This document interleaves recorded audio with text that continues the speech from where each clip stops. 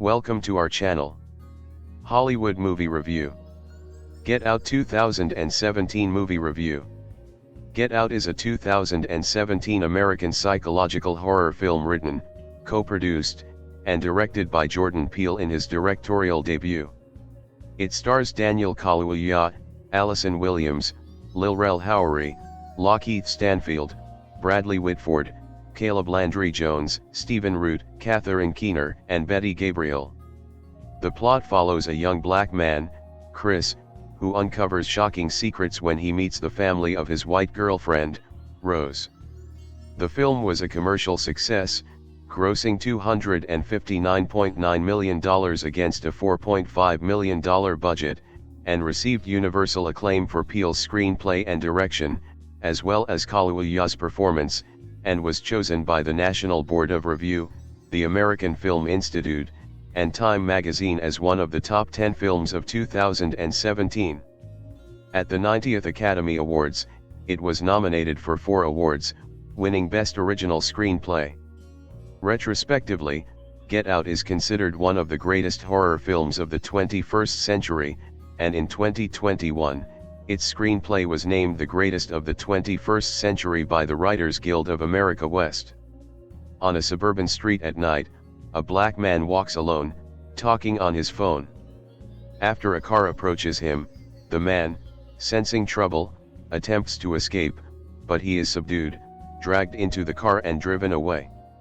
6 months later, Chris Washington, a black photographer, travels to upstate New York for a weekend getaway to meet the family of his white girlfriend, Rose Armitage. Upon arrival, he has uncomfortable conversations with Rose's father Dean, a neurosurgeon, and mother Missy, a psychiatrist. Later, Rose's brother Jeremy arrives, and Chris observes eerie behavior from the family's black staff, Georgina and Walter. Missy manipulates Chris into an individual hypnotherapy session, using the sound of a spoon stirring in a teacup as a hypnotic trigger, seemingly to cure his smoking addiction. While entranced, he reveals that his mother perished in a hit and run when he was 11 years old, and he guiltily delayed calling for help. At Missy's prompting, his consciousness falls into a dark void she dubs the sunken place, where his body becomes temporarily paralyzed. The next morning, he no longer has a desire to smoke. Dozens of wealthy white guests arrive for the Armitages' annual get-together, and their remarks about Chris cause him to feel uncomfortable. Chris meets a blind art dealer, Jim Hudson, who takes an interest in his photography, and Logan King. Like Walter and Georgina, Logan behaves unnaturally, and he is married to a white woman 30 years his senior. When Chris photographs Logan, the camera flash causes him to become hysterical. Logan rushes at Chris, frantically lashing out and telling him to get out, but Dean removes him, later claiming Logan suffered a seizure. While strolling outside with Rose, Chris shares his discomfort about the party, and both ultimately agree to return home.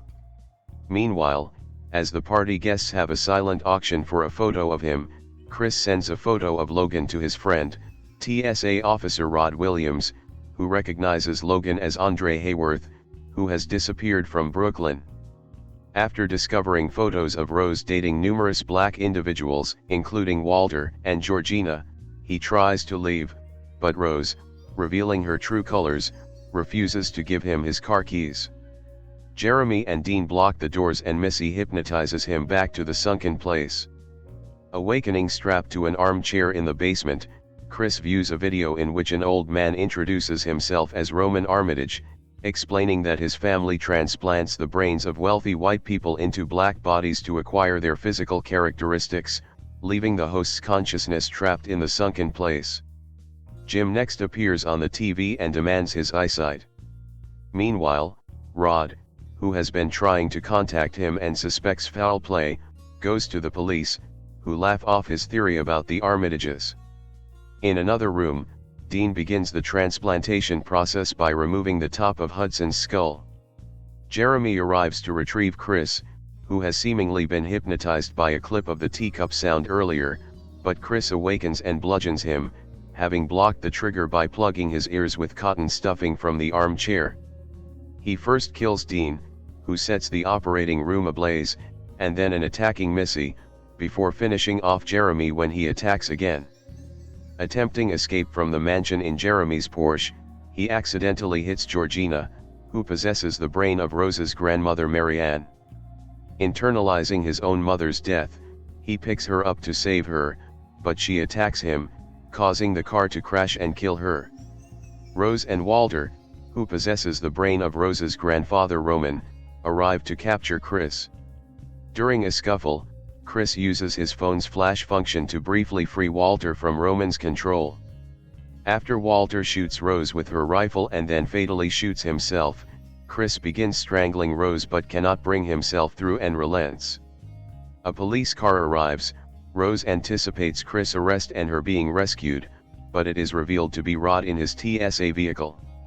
Rod picks up Chris, leaving Rose to bleed out on the road. Get Out is the directorial debut of Jordan Peele, who had previously worked in comedy, including the sketch show Key and Peele. Peele has said that horror and comedy share similar mechanics, such as timing, rhythm, and surprise, and that his comedy background helped inform the film's approach to tension and reveals. He cited The Stepford Wives, 1975, as an influence on its satirical premise. As the film deals with racism, Peele has said the story is personal to him, though not autobiographical. Peele was introduced to producer Sean McKittrick by comedy partner Keegan-Michael Key in 2013. After Peele pitched the story during a meeting in New Orleans, McKittrick committed to producing and commissioned Peele to write the screenplay. Peele completed the first draft in about 2 months. The lead actors, Daniel Kaluuya and Allison Williams, were cast in November 2015, with other roles cast between December 2015 and February 2016. Kaluuya was cast based on his performance in the Black Mirror episode 15 Million Merits. He has said the role appealed to him because Chris is written as an everyman, and because the party sequence felt recognizable in its social dynamics. Tiffany Haddish was asked to audition for a role in the film but declined. Peele has said he cast Williams partly to play against audience expectations formed by her earlier roles, making Rose initially appear more trustworthy. Williams later said some viewers, particularly white audiences, misread Rose as a victim rather than a perpetrator, an interpretation she rejected. The moment in which Rose drinks milk while browsing potential victims was added shortly before shooting to heighten the character's detachment, and Peele discussed using the mundane detail as a deliberately unsettling image. Principal photography began on February 16, 2016. Shooting took place in Fairhope, Alabama for 3 weeks, followed by work at Barton Academy and in the Ashland Place Historic District in Midtown Mobile, Alabama. The exterior and interior of the Armitage House were filmed just south of Fairhope. Principal photography lasted 23 days. Although filmed in Alabama, Peele has said the story was not intended to read as set in the South. He wanted to avoid familiar regional stereotypes and instead place the film's racism within a more outwardly liberal social environment. A contemporary report described the film as set in upstate New York. Peele has described developing the concept of the sunken place from the sensation of falling as one drifts to sleep, and from the idea of being trapped as an observer behind one's own eyes while one's body is controlled by someone else. In the same interview, he connected the idea to themes of abduction and to a metaphor for the prison industrial complex. Lil Rel Howery has said the film's allegory draws on the historical fears and traumas experienced by African Americans, and he cited events such as racial segregation and the murder of Emmett Till as part of that cultural context. Peele also expressed concerns before release about whether white audiences would resist being implicated as villains, and whether black audiences would want to see black characters placed in peril. In the original ending, Chris kills Rose and is arrested by the police. Rod then visits him in jail, where Chris insists the threat has been stopped. Peele has said he originally intended the ending to reflect the realities of racism, but later shifted approach after considering the cultural moment and audience reactions at test screenings, opting for a more hopeful resolution while still preserving a brief moment where viewers might fear Chris will be arrested. Peele considered several other endings, including one in which Rod finds Chris at the estate but realizes Chris is no longer himself. Michael Abels composed the film's score. Peele has said he wanted the music to foreground black voices and musical traditions, while avoiding genre shorthands such as a voodoo motif, and Abels incorporated Swahili vocals along with a blues influence. The refrain "Sikiliza kwa wahenga" is Swahili for "listen to your ancestors," and Peele said it functions as a warning directed at Chris and echoes the film's title and premise.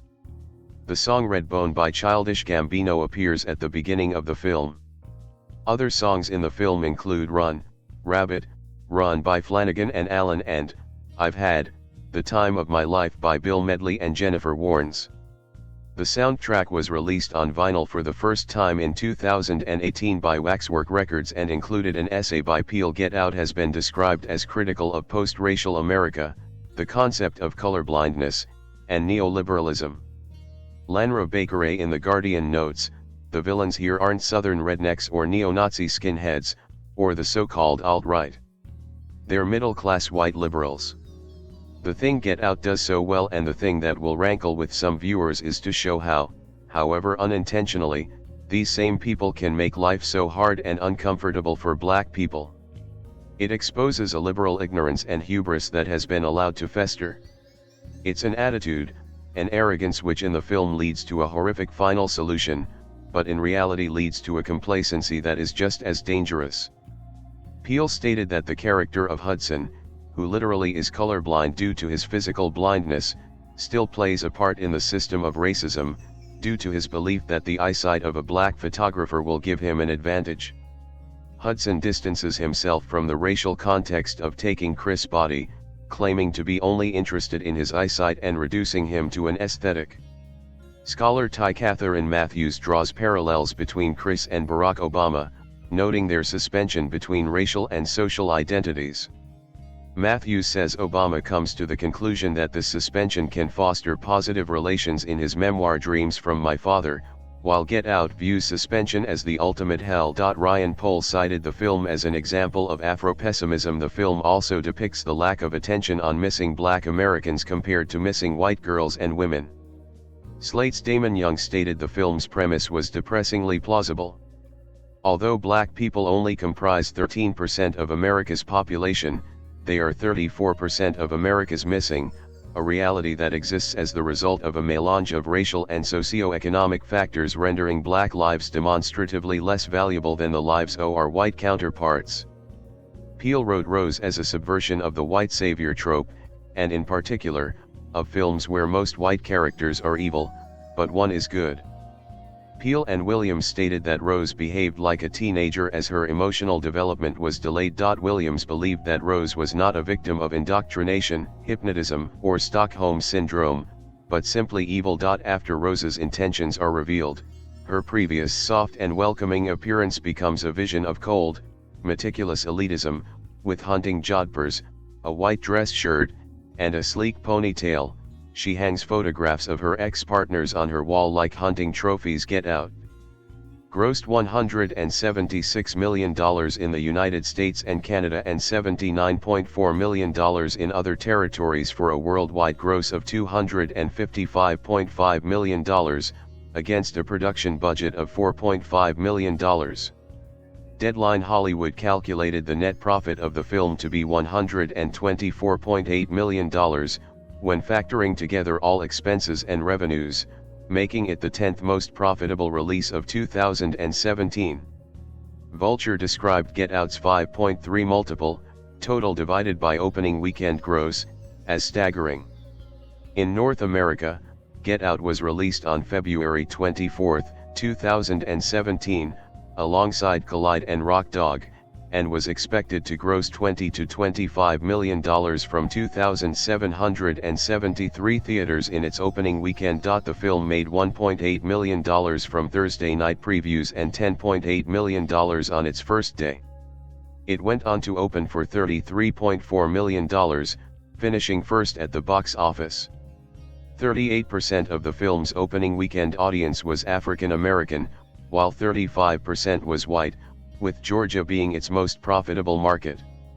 90% of its opening weekend ticket sales were purchased at the theater, versus in advance. In its second weekend, the film finished in second at the box office behind new release Logan, $88.4 million, grossing $28.3 million, for a drop of 15.4%.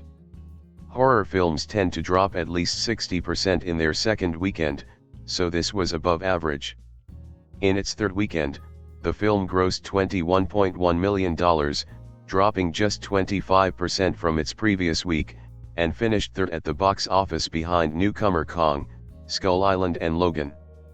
In March 2017, 3 weeks after its release, Get Out crossed the $100 million mark domestically, making Peele the first black writer-director to do so with his debut movie. On April 8, 2017, the film became the highest-grossing film domestically directed by a black filmmaker, beating out F. Gary Gray's Straight Outta Compton, which grossed $162.8 million domestically in 2015. Gray reclaimed the record 2 weeks later when The Fate of the Furious grossed $173.3 million on its 14th day of release on April 27. Domestically, Get Out is also the highest-grossing debut film based on an original screenplay in Hollywood history, beating the 2-decade-long record of 1999's The Blair Witch Project, $140.5 million. By the end of March, Los Angeles Times had declared the film's success a cultural phenomenon, noting that in addition to its box office success, moviegoers have shared countless sunken place internet memes and other Get Out-inspired fan art across social media. Josh Rottenberg, the editor of the piece, attributed the film's success to the fact that it was released at one of the most politically charged moments in memory. On review aggregation website Rotten Tomatoes, the film has an approval rating of 98% based on 403 reviews, and an average rating of 8.30/10. The critical consensus reads, "Funny, scary, and thought-provoking, Get Out seamlessly weaves its trenchant social critiques into a brilliantly effective and entertaining horror/comedy thrill ride." The film was the highest-rated wide release of 2017 on the site. On Metacritic, the film has an average weighted score of 85 out of 100, based on 48 critics, indicating universal acclaim. Audiences polled by CinemaScore gave the film an average grade of A on an A+ to F scale, while post-track reported filmgoers gave an 84% overall positive score and a 66% definite recommend. Richard Roper gave the film 3+12 stars, saying, "The real star of the film is writer-director Jordan Peele, who has created a work that addresses the myriad levels of racism, pays homage to some great horror films, carves out its own creative path, has a distinctive visual style and is flat-out funny as well." Keith Phipps of Uproxx praised the cast and Peele's direction, saying, "That he brings the technical skill of a practiced horror master is more of a surprise. The final thrill of Get Out, beyond the slow-building sense of danger, the unsettling atmosphere, and the twisty revelation of what's really going on, is that Peele's just getting started." Mike Rougeau of IGN gave the film 9/10, and wrote, "Get Out's whole journey, through every tense conversation, A+ punchline and shocking act of violence, feels totally earned. And the conclusion is worth each uncomfortable chuckle and moment of doubt." Peter Traverse of Rolling Stone gave Get Out a 3.5 out of 4, and called it a jolt-a-minute horror show laced with racial tension and stinging satirical wit. Scott Mendelson of Forbes said the film captured the zeitgeist and called it a modern American horror classic. Critic Armand White gave a negative review in National Review, referring to the film as a Get Whitey movie and stating that it reduces racial politics to trite horror comedy. "It's an Obama movie for Tarantino fans." The New York Observer critic Rex Reed included the film on his list of 10 worst films of 2017 and later sardonically stated in a CBS Sunday Morning interview, "I didn't care if all the black men are turned into robots." A writer on Sunday Morning's website noted that there are no robots in the film. In 2018, IndieWire writers ranked the script the third best American screenplay of the 21st century, with Chris O'Falt arguing that Peele walked a narrative tightrope that required as much craft as insight. The audience's understanding of what Chris Daniel Kaluuya, his thinking and feeling is always clear. Hitchcock-like in its execution, and playing off genre and audience expectation, especially about how racial dynamics are traditionally portrayed on screen.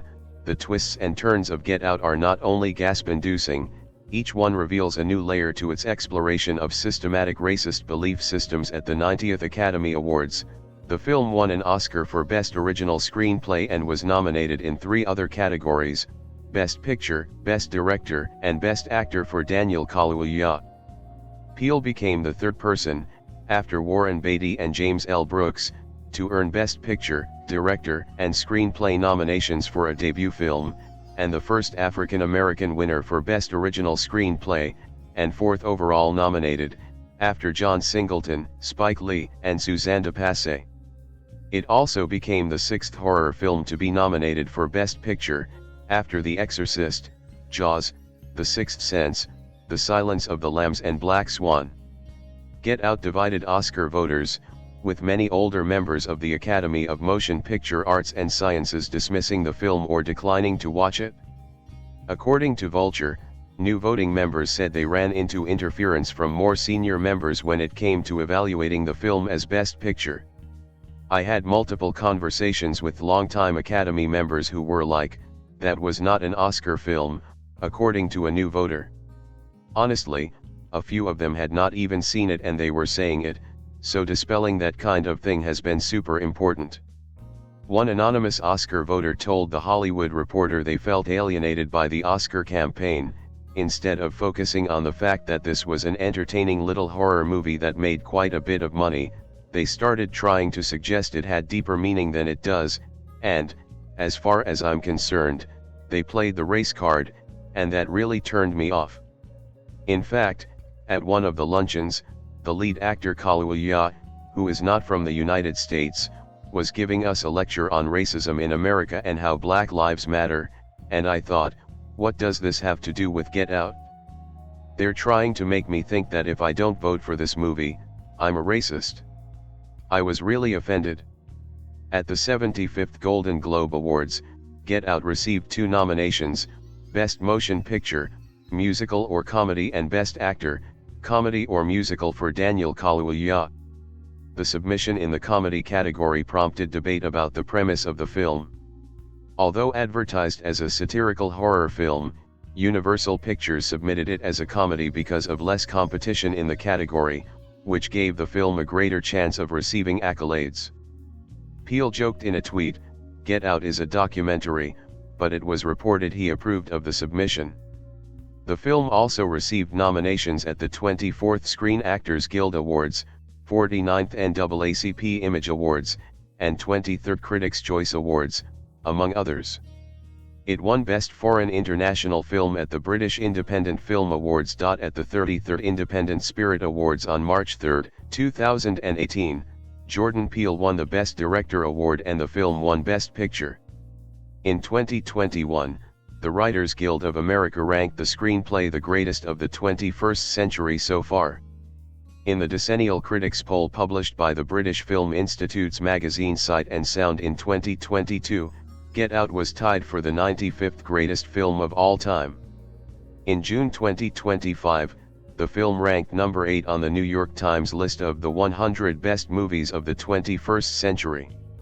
In July 2025, it ranked number 22 on Rolling Stone's list of the 100 best movies of the 21st century and number 2 on the Hollywood Reporter's list of the 25 best horror movies of the 21st century. I know this comes a bit late, I'm trying to catch up on my reviewing, but if you haven't already gotten out to see Get Out, you need to get out to see Get Out post haste.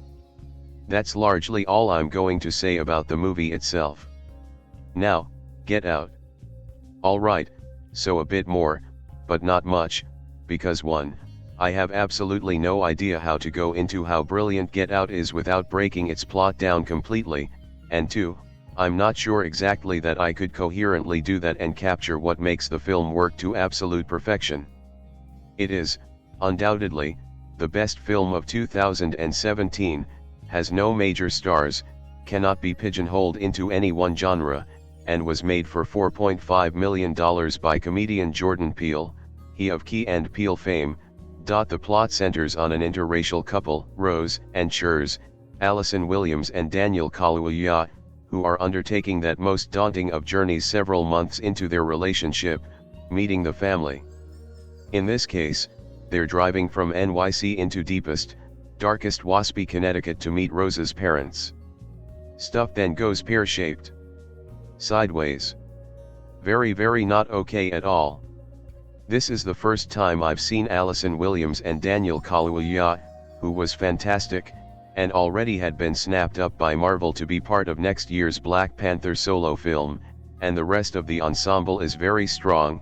Catherine Keener, Bradley Whitford, Stephen Root, amongst others. Director Jordan Peele, who also wrote the film's script, does a masterful job, in his first directorial effort, keeping a very tight, taut film on track for the budget most films spend on the gaffer.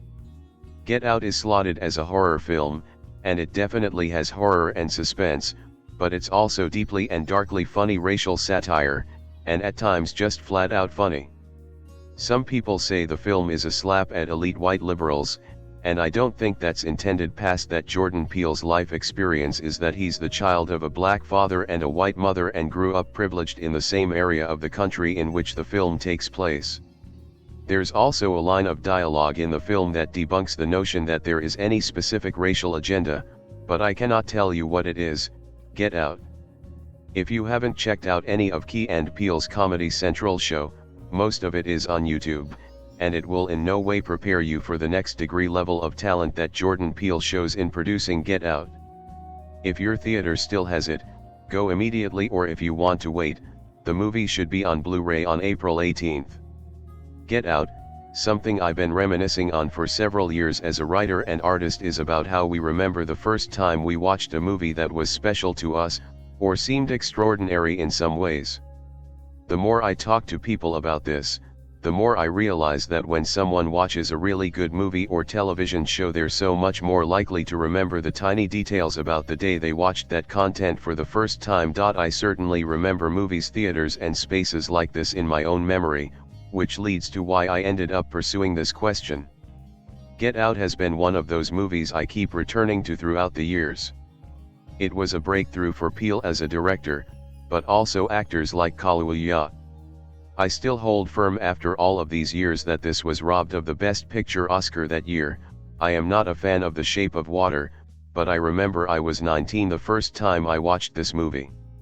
I was just getting into film and wanted to delve deeper into black cinema, and this was one of my starting points. Our protagonist in Get Out is Chris, who is a Brooklyn-born photographer who's coming to meet his white girlfriend's family. He knows the rodeo and asks her if her family knows if he's black, and she goes through the whole reassurance process where she claims they're not racist. Well, as soon as he gets there, he notices that they're making comments about black people that definitely lean more into the racist tropes, and Chris notices that the two black workers at the estate are acting really weird. The night they arrive, Rose's mother Missy tries to convince Chris to do hypnotherapy, as his smoking habits might be a problem for them. She lures him into a trance, where he admits that he might have felt guilty about the death of his mother, and he mentally enters the sunken place of his mind. He wakes up the next morning, assumes it was all a dream, and then he realizes he doesn't have the desire to smoke anymore. None of it was a dream. The family is holding a party, and the wealthiest white people around start showing up to the house. They, too, make weird comments about Chris and black people, and an older art dealer expresses admiration for Chris' artistic eye. When Chris meets a black man named Logan married to a much older woman, he tries to photograph him for his friend, a TSA officer. The flash goes off. Logan breaks out of a trance and screams at Chris to get out before he's restrained. This situation is brushed off by everyone around them as a medical episode. Rose refuses to leave after Chris tells her they should go. A bingo happens where the art dealer wins after bidding the highest, making it an auction. As it turns out, Chris is the prize. The TSA agent friend tells Chris that Logan isn't his real name and that Logan is actually a missing guy from New York, but the police dismiss his reports. Chris starts packing, then finds pictures of Rose in the room where she's dating many different black men and a woman, two of whom are the workers at the house. He realizes she lied to him, as she had said he was the first guy she had dated. When he tries to leave though, her family stops him. Missy uses a trigger she planted during hypnosis, and when he wakes up, he's strapped to a chair. The grandfather of the family has an entire speech about how they actually implant brains in other people's bodies, specifically black ones. The original mind remains in the sunken place. Jim is going to be the new mind in Chris' body. Missy goes to knock him out, but later it's revealed Chris plugged his ears with cotton. He knocks Jeremy unconscious, then kills the rest of the family members. When the black maid attacks him, he realizes it's Rose's grandmother in there, but he has guilt from his mother's death. But when she tries to kill him again, he has to kill her too. Rose and Walter approach him next. Walter is the other black worker, and Chris takes him down with the phone flash. While he cannot kill Rose despite everything that's happened, his friend shows up to rescue him as Rose bleeds out. I love Get Out as a movie. It's full of twists and turns in the most delightful ways possible, making it such a thrilling movie to watch. Everyone does such a good job throughout in creating this sinister environment that you don't know what's going to happen next and that's what makes a great film to me. It's not just about acting, direction, and script. It's all about how everything, from the technical to the artistic elements, comes together to create a comprehensive piece. This was the movie that sold me on Jordan Peele, and every time one of his movies hits theaters now I watch them. Before I begin this review, I'm going to start with a disclaimer. I really don't think an entertainment blog is a good place to discuss politics or social issues. I'm not going to be doing that here. I say this because today I'm writing about Jordan Peele's film Get Out, which delves in racism as a central theme. The film gained a lot of attention when it was released because it's quite unique as far as horror films go. It became one of the most well-received genre offerings in quite a while. It won the Academy Award for Best Original Screenplay after all, and was nominated in several other categories to boot. From the advertisements I saw when it was released, I was honestly a bit confused as to what it was about, and that curiosity stuck with me. I waited for it to be released on home video before watching because I honestly didn't know what to expect. I see how it won so many awards. Get Out is unique, well written, has great direction, and is all around fantastic. Chris Washington is an African-American photographer who is dating a white woman named Rose Armitage. The film begins as the two are preparing for a trip so that she can introduce him to her parents. He is understandably on edge about the situation for two reasons. Rose has never dated a black man before, and his race wasn't aforementioned to them. Regardless, the two set out, but the trip quickly takes a turn when the car strikes a deer en route. The police officer that responds to the scene is apprehensive about Chris and, despite Rose being the driver, demands to see his driver's license. Chris is used to the routine, but Rose turns on the policeman, questioning his motives.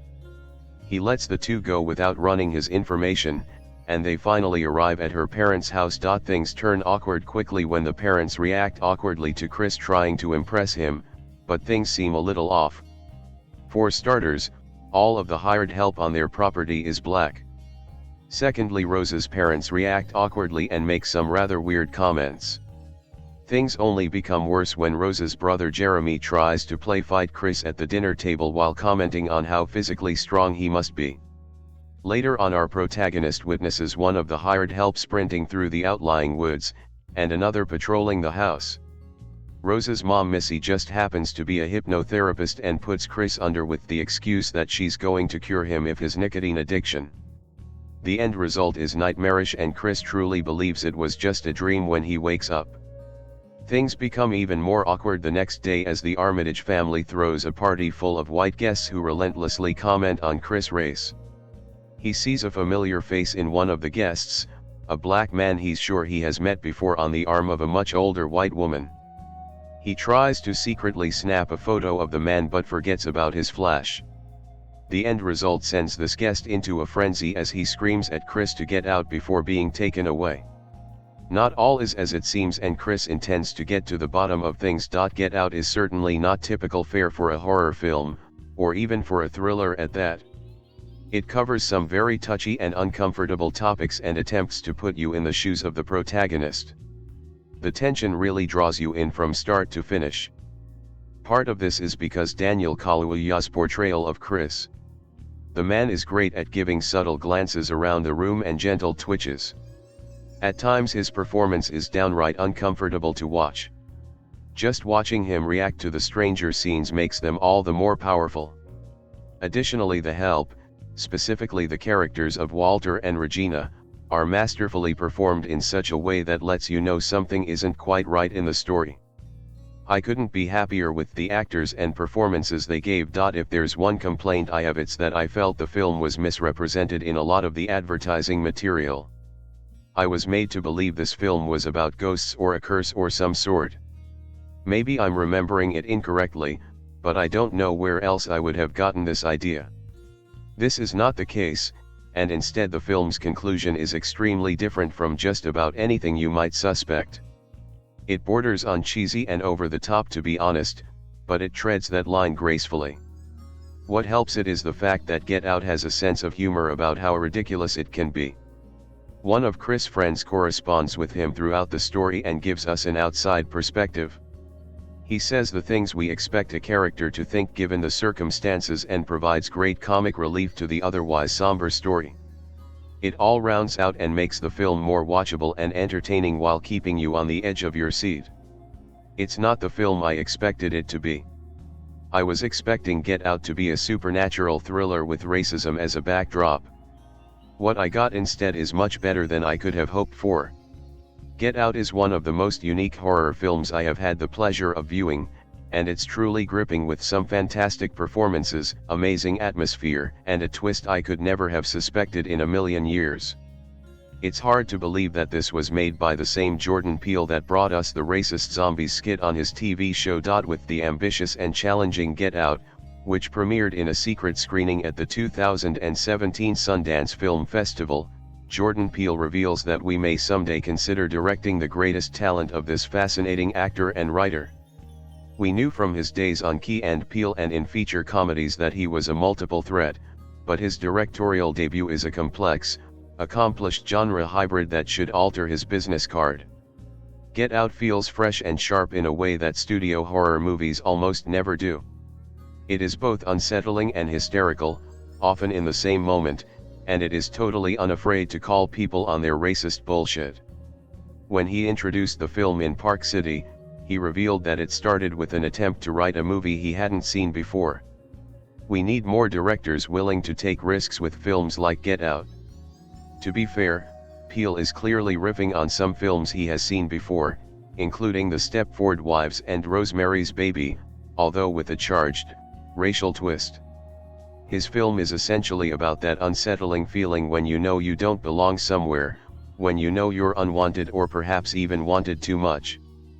Peele infuses the age-old genre foundation of knowing something is wrong behind the closed doors around you with a racial, satirical edge.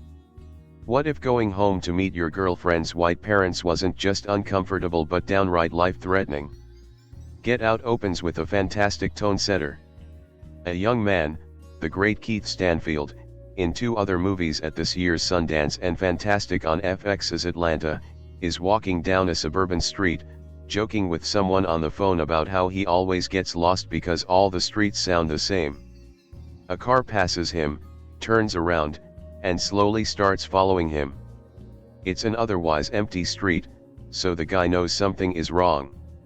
Suddenly, and perfectly staged in terms of Peele's direction, the intensity of the situation is amplified and we are thrust into a world in which the safe-looking suburbs are anything but. Cut to our protagonists, Chris, Daniel Kaluuya, and his girlfriend Rose, Allison Williams of Girls, preparing to go home to meet her parents. Rose hasn't told them he's black, which she blows off as no big deal, but he's wary.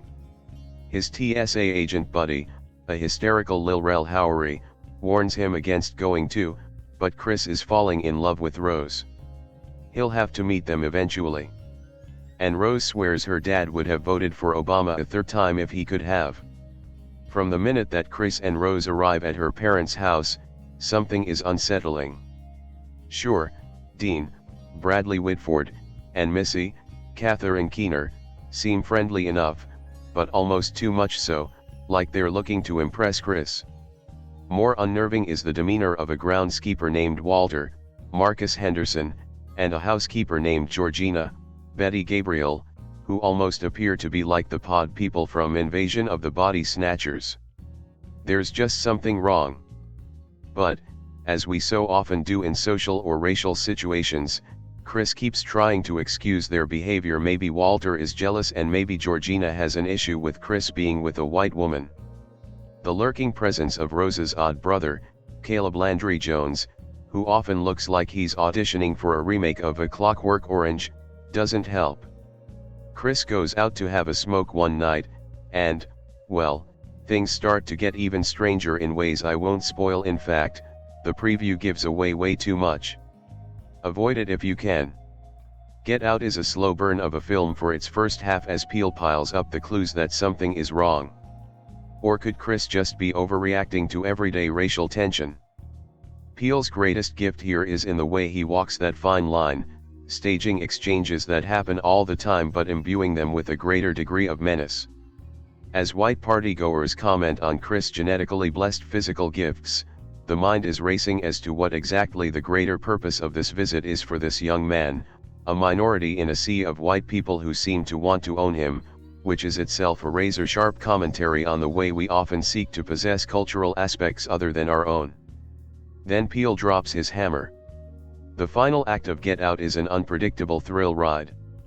As a writer, Peele doesn't quite bring all of his elements together in the climax in the way I wish he would, but he proves to be a strong visual artist as a director, finding unique ways to tell a story that goes increasingly off the rails. The insanity of the final act allows some of the satirical, racially charged issues to drop away, which is slightly disappointing. He's playing with so many interesting ideas when it comes to race that I wish the film felt a bit more satisfying in its payoff, even if that disappointment is amply offset by the pure intensity of the final scenes, during which Peele displays a skill with horror action that I didn't know he had. Peele works well with actors too, drawing a great leading man turn from Kaluuya, letting Williams essentially riff on her girl's persona, and knowing exactly what to do with Whitford and Keener, both of whom have always had that dangerous edge to their amiability. They're excellent at working something sinister into their gracious host routines. Most importantly, Peele knows how to keep his concept front and center. Get Out is not a film that takes breaks for comedy routines, even if Howery allows a little relief.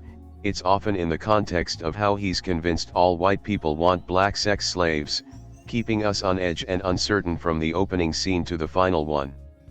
He understands that every time a black man goes home to visit his white girlfriend's parents, there is uncertainty and unease. He's merely turning that up, using an easily identifiable racial tension to make a horror movie.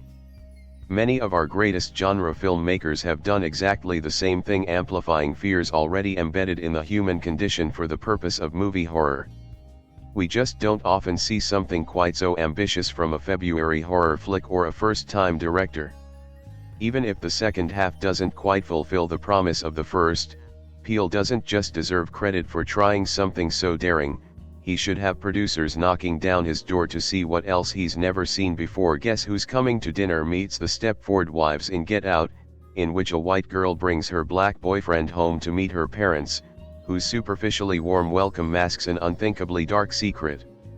Blending race-savvy satire with horror to especially potent effect, this bombshell social critique from first-time director Jordan Peele proves positively fearless, which is not at all the same thing as scareless. In fact, from the steady joy buzzer thrills to its terrifying notion of a new way that white people have found to perpetuate the peculiar institution of slavery, Get Out delivers plenty to frighten and enrage audiences. But it's the fact that Peele doesn't pull a single one of his punches that makes his Blumhouse back debut a must-see event. First teased in a secret midnight screening at the Sundance Film Festival, Get Out represents a searing political statement wrapped in the guise of a more innocuous genre, the Escape the Crazy survival thriller, a la Deliverance or The Wicker Man, where sympathetic characters are held captive by a deranged cult. Except in this case, the crazies are the liberal white elite, who dangerously overestimate the degree of their own enlightenment, which means that Peele hasn't gone after the easy target, assumed racist Trump voters, but the same group that voted for Obama, and would have elected him to a third term, if they could.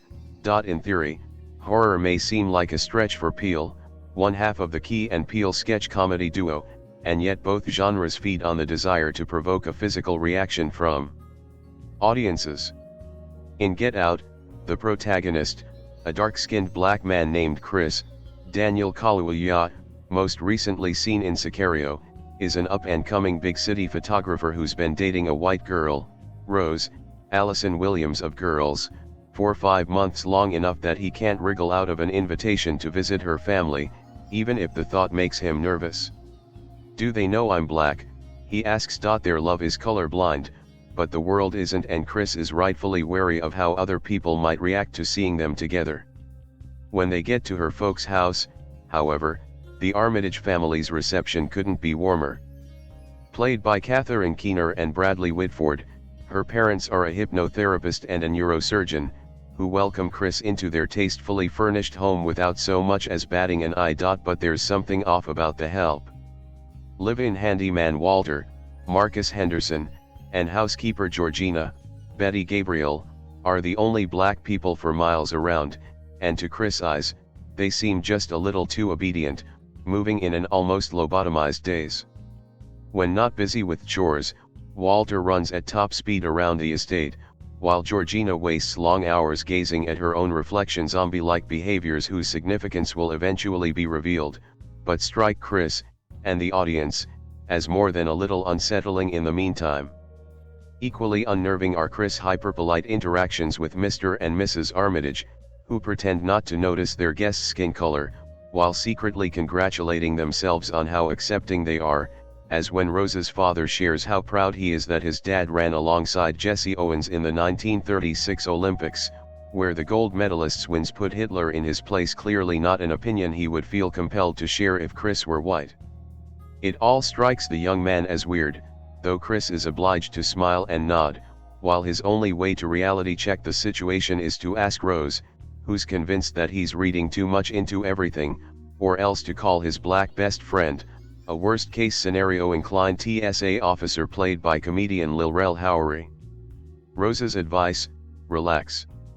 Their ill-timed visit coincides with a big annual gathering, which brings a bunch of rich people over for a picnic, all of them white, except for a token Asian and one other brother, Lakeith Stanfield, whom audiences have seen abducted in the film's tone-setting opening scene. The Armitage's friends also seem far more accepting of Chris than he would have anticipated, though their questions leave him feeling uncomfortable, and when he presses Stanfield's character for his take on the situation, the guy snaps, uttering the unheeded warning of the film's title. By this time, however, Chris has gotten in too deep, as the feel of Get Out shifts from eerie suspense setting to full-on horror movie mode, though it should be said that Peele has effectively kept audiences on edge since the beginning, sending occasional jolts through the crowd that, once viewers realize they've been tweaked, translate into appreciative "you got us" laughs. Practically all horror movies use humor to modulate the tension, but Peele takes it further, carving out room for full-blown comedy to coexist alongside the increasingly unsettling mystery of what the Armitages have in store for their guest. The disconcerting score and occasional jump scares have been there all along, but it's not until Chris awakens to find himself officially held captive that the movie finally starts to really feel like a Blumhouse production, and Peele relishes how over the top he can finally go. By this point, audiences have come to realize whom Chris must kill to get out, and that struggle is pitched at such a degree that audiences actually cheer as he gorily eliminates the white people who stand in his way. Call it payback for all the expendable black characters that Hollywood horror movies have given us over the years. Here's a movie in which a person of color actually makes it to the closing credits, though Peele might question whether that qualifies as a happy ending. Clearly, Get Out will play very differently to black and white audiences, and if the film doesn't rile a significant contingent of the latter, it simply isn't doing its job. But there's something telling in the underlying anxiety that Peele's script exploits, from the opening scene, in which an uneasy black man walking alone in a predominantly white suburb recalls the fate of Trayvon Martin, to the last, when the arrival of a police car suggests a near certain turn for the worse. What a watershed feat Peele has pulled off, delivering such a gloriously twisted thriller that simultaneously has so much to say about the state of affairs in post-Obama America. Get Out goes there, so to speak, and though one could argue that it crosses the line, the film's subversive POV challenges the place of white privilege from which most pop culture is conceived. By revealing how the ruling majority gives freedoms, but they can also take them away, Peele seizes upon more than just a terrifying horror movie premise. He exposes a reality in which African Americans can never breathe easy. Kaluuya stars as Chris, a young photographer. His girlfriend, Rose, played by Allison Williams, takes him home to meet her parents at their remote estate. Chris is apprehensive because Rose hasn't told her family he's black. She assures him everything will be fine. Everything is not fine. Reviewing this one without spoilers will prove difficult. Bear with me. With Get Out, writer/director Jordan Peele offers a horror film that's a meditation on racism in America, but not how you'd expect. Every time I thought I knew where he was going, Peele surprised me. Horror films hinge on how they handle the genre tropes. The best filmmakers define, perfect, upend, or avoid them. Peele embraces them. Allow me to spoil a single scene to make my point. It's the middle of the night. Chris has endured a rough day with Rose's family. He's tired, on edge, and can't sleep. He sneaks out for a cigarette. Outside he sees "I changed my mind." I can't spoil the scene, it's too good. But consider how Peele embraces the trope of drawing the protagonist into a spooky situation. Chris doesn't investigate an odd noise, or similar clunky idiot plot behavior. His motives feel organic. What he sees proves scary, bizarre, and humorous all at once. Peele leverages the setup's inherent suspense and channels it into an original payoff. It's genre aikido. Indeed, aside from Rose's brother's part feeling underwritten, the film shines. It's not until the third act, when the film's cards are on the table, that it falters. By now, we've grown so enamored with Peele's ability to repurpose the genre's staples that it disappoints when he indulges in a few. On this point, I'm torn. I love the third act's gory, inane, over-the-top nature, but it feels like a safety net. Like a comedian following a raw emotional truth with a punchline. The finale plays well, but Peele earned a grittier, more resonant ending. It is the sacred and holy right of genre films to be much better at addressing the social problems that plague the world than serious-minded sober dramas. Has been as long as there's been movies, really. There are a couple of reasons for that, I think. One is that a movie which is content to layer its social message out of plain sight, inside the bangs and bumps and thrills of a horror movie or a sci-fi epic or what have you, is almost by definition one that trusts our intelligence more than one that has the characters baldly ventriloquist the very important themes, and who doesn't prefer a movie that trusts our intelligence? Another is that there's something inherently pedantic and patronizing about movies that want to enlighten us, or whatever, and some ripe genre nonsense is exactly the right spoonful of sugar to help the medicine go down. All of which is prefatory to me claiming that the Blumhouse Productions horror thriller Get Out is the most interesting movie about race in America in a really long time. I'm not expert enough to say if that makes it the best, though I'd take one film like this over 100 aesthetically flat-footed, tepid crowd pleasers like Hidden Figures. And it's not like Get Out puts any effort into hiding what it's doing. Almost the first conversation in the movie, after a prologue that tips the film's hand just a wee bit too much about where it's heading, is between Chris Washington, Daniel Kaluuya, giving one hell of a Star is Born performance, who is black, and his girlfriend Rose Armitage, Allison Williams, who is white, on the subject of whether her very liberal but in that unexamined rich people way parents, Catherine Keener and Bradley Whitford, the latter the most intuitively perfect piece of casting this role could ever hope for, will flip their shit when she brings him home for the first time in their 5-month relationship. Basically, it's Guess Who's Coming to Dinner, only with the addition of brainwashing and kidnapping, which I for one consider to be an unambiguous step or two in the right direction. The films is the brainchild of Jordan Peele, making his directorial debut, and it feels weirdly correct that this is where his career has arrived. Though he has been, to date, known entirely for comedy, Peele's work till now has been littered with racially charged miniature genre riffs, a regular feature of his old sketch comedy show Key and Peele.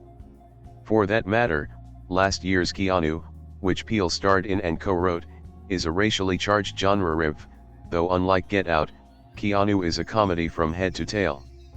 There is, to be sure, comedy nudged into Get Out, largely in the form of Rod Williams, Lil Rel Howery, Chris's good friend, a TSA agent, and fixedly paranoiac at the idea that upper-class white people harbor the secret desire to yoke all black people into sex slavery. Not only here, though.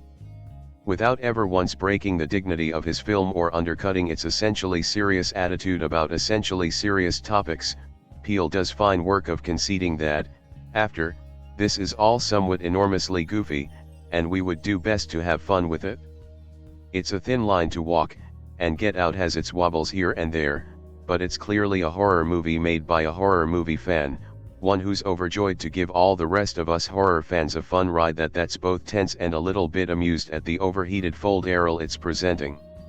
And all while doubling as a smart, concise diagnostic of racism in America, circa 2017.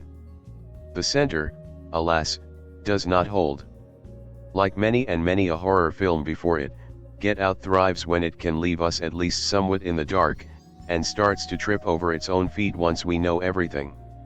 Although I think it's more a coincidence of timing, it's not so much what we learn about the smiling Armitages and the cringe-inducing attempts at being progressive in a showy way, as how the film handles what we learn. Frankly, it doesn't take much to figure out where Get Out is going, rather a long way before we get there, even more so if you saw the appallingly spoilery trailers. Honestly, by the time we actually get to the big reveal, the only mystery that actually remains is the largely minor matter of one character's specific loyalties. That's not really the point of it, though. The film is mostly fueled by suspense, not terror, and suspense is only augmented by the audience's surplus of knowledge. That being said, the film's last phase is pretty dire, for at least a couple of different reasons. One is that, right at the moment that the scenario grows most florid and ridiculous, Peele's sense of humor gives out on him. The end of Get Out is played entirely straight, a disappointing shift from the genial self-amusement of so much of the earlier parts of the movie, and a terrible development in the face of the ripe melodrama that crops up. What we get instead is a pretty straightforward tense horror movie third act, the perfunctory staging of a horrifyingly austere death chamber. The hero escapes through an eruption of bloody violence, and various characters keep popping up in frame like slasher villains to maximize shock in dopey ways. For such a brilliantly smart movie, it's a little heartbreaking how damn dumb Get Out starts to be. There's a much smaller problem with the third act that I could barely even describe without giving the game away. Let's just say that one actor, whose performance has been lively throughout, turns into a painfully bland merciless bad guy, and their performance goes all to hell. The hair and makeup department aren't helping matters. But let us not hold the third act against Get Out too much. Horror movies have bad third acts all the time. The hope is that they have two first acts that are this good, with such an excellent anchor as Kaluuya, whose sense of self-amused discomfort slowly giving away to actual fear provides the movie with its spine, and who is outrageously good at pacing out his reaction shots. Some of that, of course, is the editing, but not all. There's a little bit of stiffness in Peele's direction every now and then. He lets an awkward, creepy garden party move by too slowly, but certainly no more so than you'd expect from a first-timer, and there are some utterly splendid patches as well, such as a dialogue between Chris and the Armitage's housekeeper, Georgina, Betty Gabriel, that uses close-ups in a phenomenally sophisticated way to ramp up the viewer's feeling of almost physical discomfort with the scene. It's a damn solid movie that has just enough shortcomings for me to be extremely excited to see Peele outdo himself next time around. I'm getting better at picking up the themes and messages in movies, something I definitely wasn't great at when I first watched Us, also directed by Jordan Peele. Technically, Us was my first Peele film, but I didn't fully get it at the time. After watching Get Out, though, I'm definitely revisiting Us with a better understanding of Peele's storytelling style and symbolism. There's a powerful social commentary in Get Out about how some white people perceive black people, not just through overt racism, but through their awkward, exaggerated attempts to not appear racist. This performative niceness becomes unsettling, even suffocating. Peele explores how society objectifies black identity, admiring it, fetishizing it, and even trying to possess it, in this twisted world where privilege and power blur into horror. That's the big theme I took away from the movie. But to be clear, I'm neither white nor black, and I've never lived around those dynamics personally. Everything I know about those experiences comes through media and film, so I don't want to overanalyze that part of the story. Still, Peele's messaging is strong enough to hit anyone, no matter where they come from. When one reads a lot about movies, it's sometimes difficult to separate the movie from the hype, or hate, it gets from the masses. It's the duty of an intellectually honest reviewer to critique the movie itself, not the echo chamber that surrounds the movie. But I cannot lie and say that the massive hype around Get Out and the well-trod discussion of its horror treatment of racism likely had no impact on my perception of the film. Had I come in blind, I think I would have enjoyed the film with a lot more enthusiasm. That's because Get Out is really only clever to the point of building out its central metaphor, a horror setup that reflects the idea of being a black person in neoliberal America as a scary and dehumanizing experience.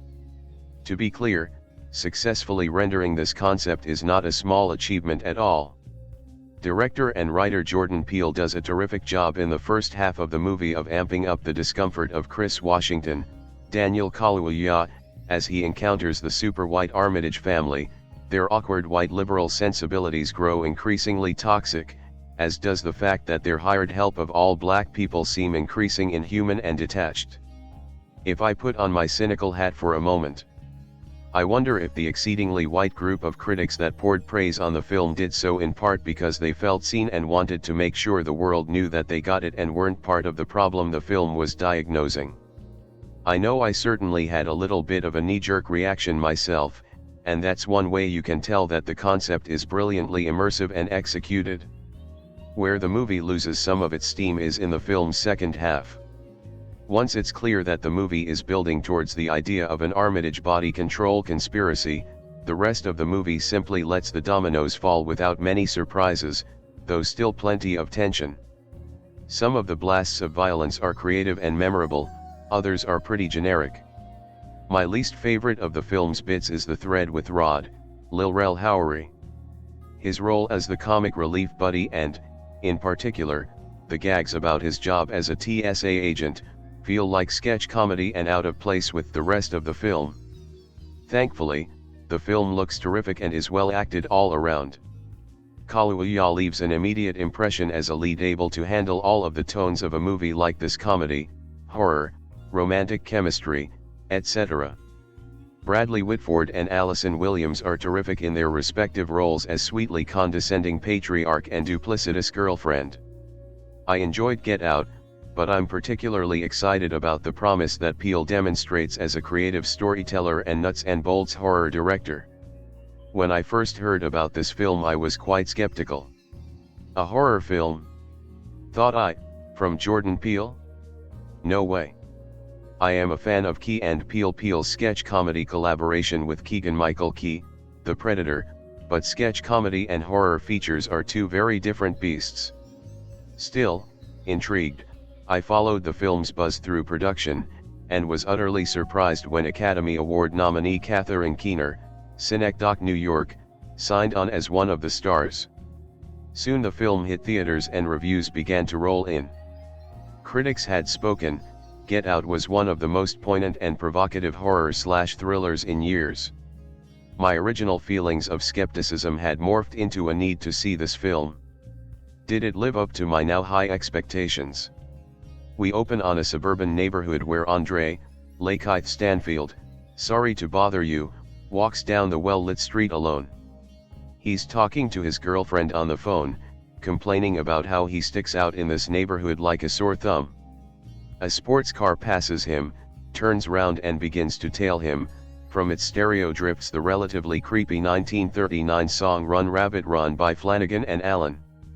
Andre mutters expletives under his breath, then turns on his heel and begins marching the other way. Not today.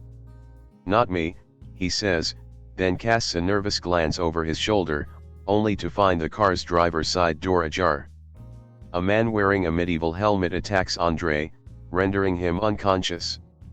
His limp form is dragged towards the car, where the masked man, completely visible on the street-light-illuminated road, shoves Andre's body into the trunk. Cut to photographer Chris, Daniel Kaluuya, Sicario, forthcoming Black Panther, and his girlfriend Rose, Allison Williams, HBO's Girls, getting ready to visit Rose's family for the weekend. Chris is nervous that her parents won't like him, simply because he's black. Allison reassures him, telling him that her family is very progressive. My dad would have voted for Obama a third term. Chris still has doubts, which are further stoked by a phone call from his friend, Rod, Lil Rel Howery, forthcoming Uncle Drew. After arriving at the capacious, meticulously manicured home, Chris meets Rose's parents, Walter, Bradley Whitford, The Post, and Missy Armitage, Keener. Walter is good-humored and friendly neurosurgeon. He offers to show Chris around the house and almost immediately tells him he would have voted for Obama a third term, given the chance. Chris smiles politely and nods, he's used to this type of behavior. As Walter and Chris make their way into the kitchen, Chris is a little disturbed to find Georgina, Betty Gabriel, The Purge, election year, a black housemaid standing there, smiling pleasantly, almost vacantly, at him. Walter says that years ago his parents had hired her and, also black, groundskeeper Walter, Marcus Henderson, Django Unchained, and he'd feel bad letting them go. Georgina stiffly says hello. Again, Chris smiles, but he begins to feel as if something is slightly out of place here. That night, Rose's brother, Jeremy, Caleb Landry Jones, heaven knows what, arrives in time for dinner.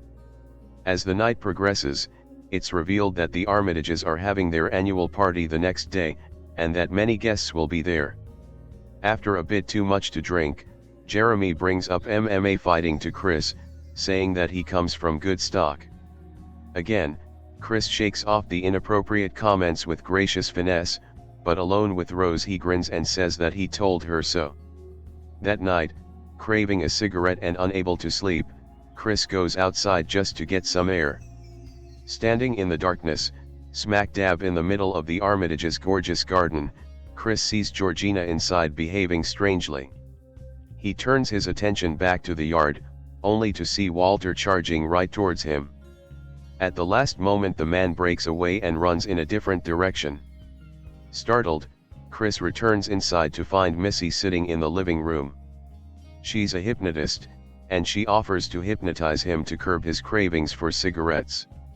He declines, but then something strange happens and he awakens the next morning, the morning of the Armitage's party, believing that Missy hypnotized him without his consent. This film is all about the shifting face of racism. Unfortunately, some people will always be idiots, and as a result we still have the KKK, white nationalists, neo-Nazis and various other hate groups, but by and large, most people with fully functioning brains, even half a brain, agree that those groups should be shunned, and any support they offer, should be immediately disavowed. Ahem.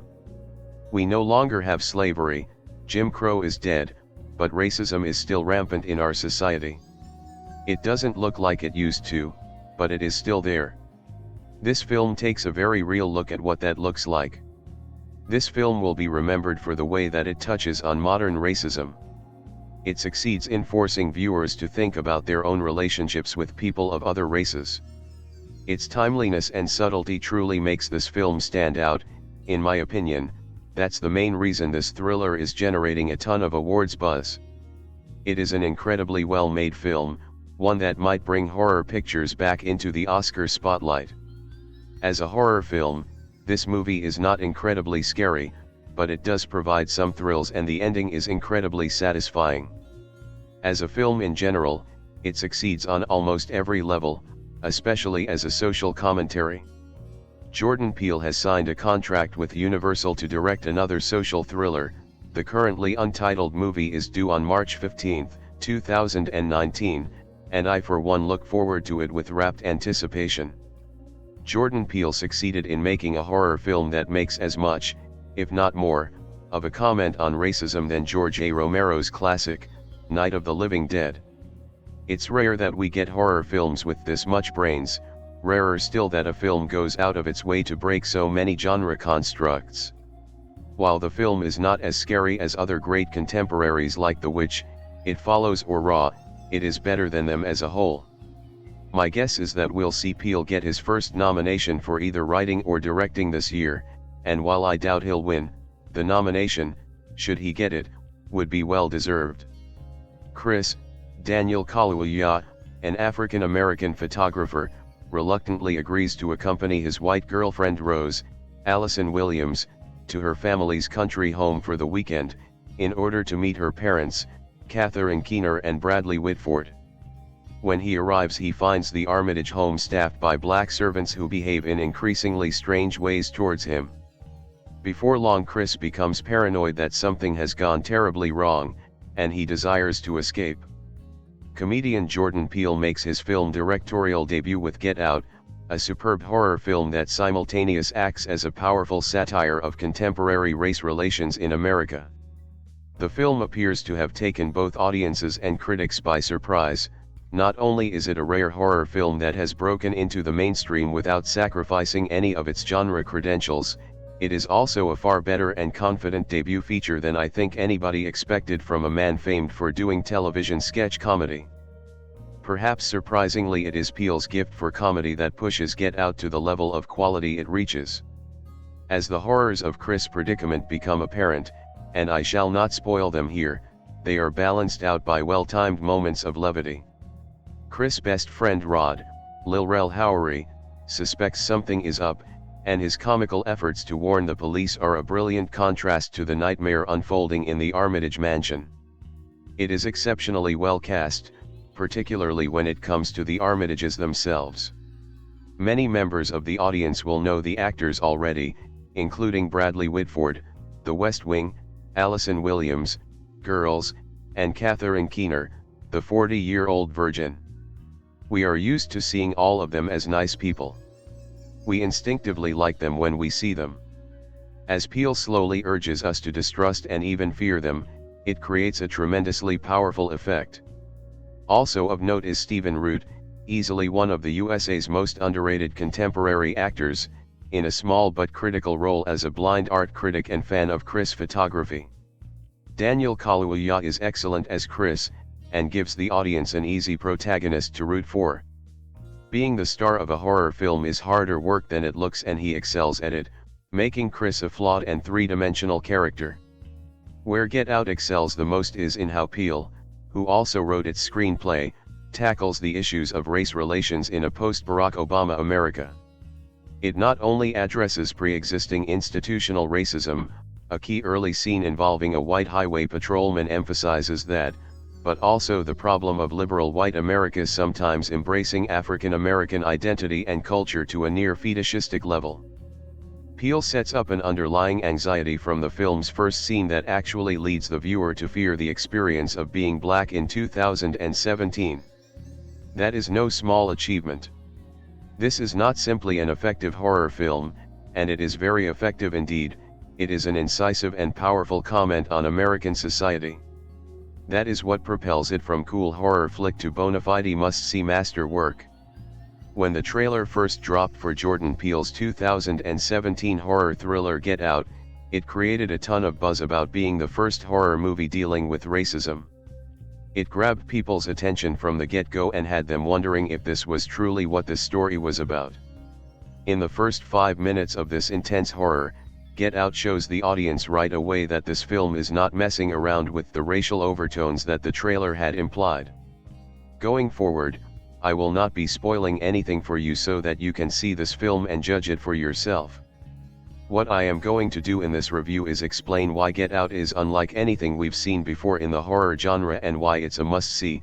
In his directorial debut, Jordan Peele wrote and directed Get Out, which dropped into theaters on February 24.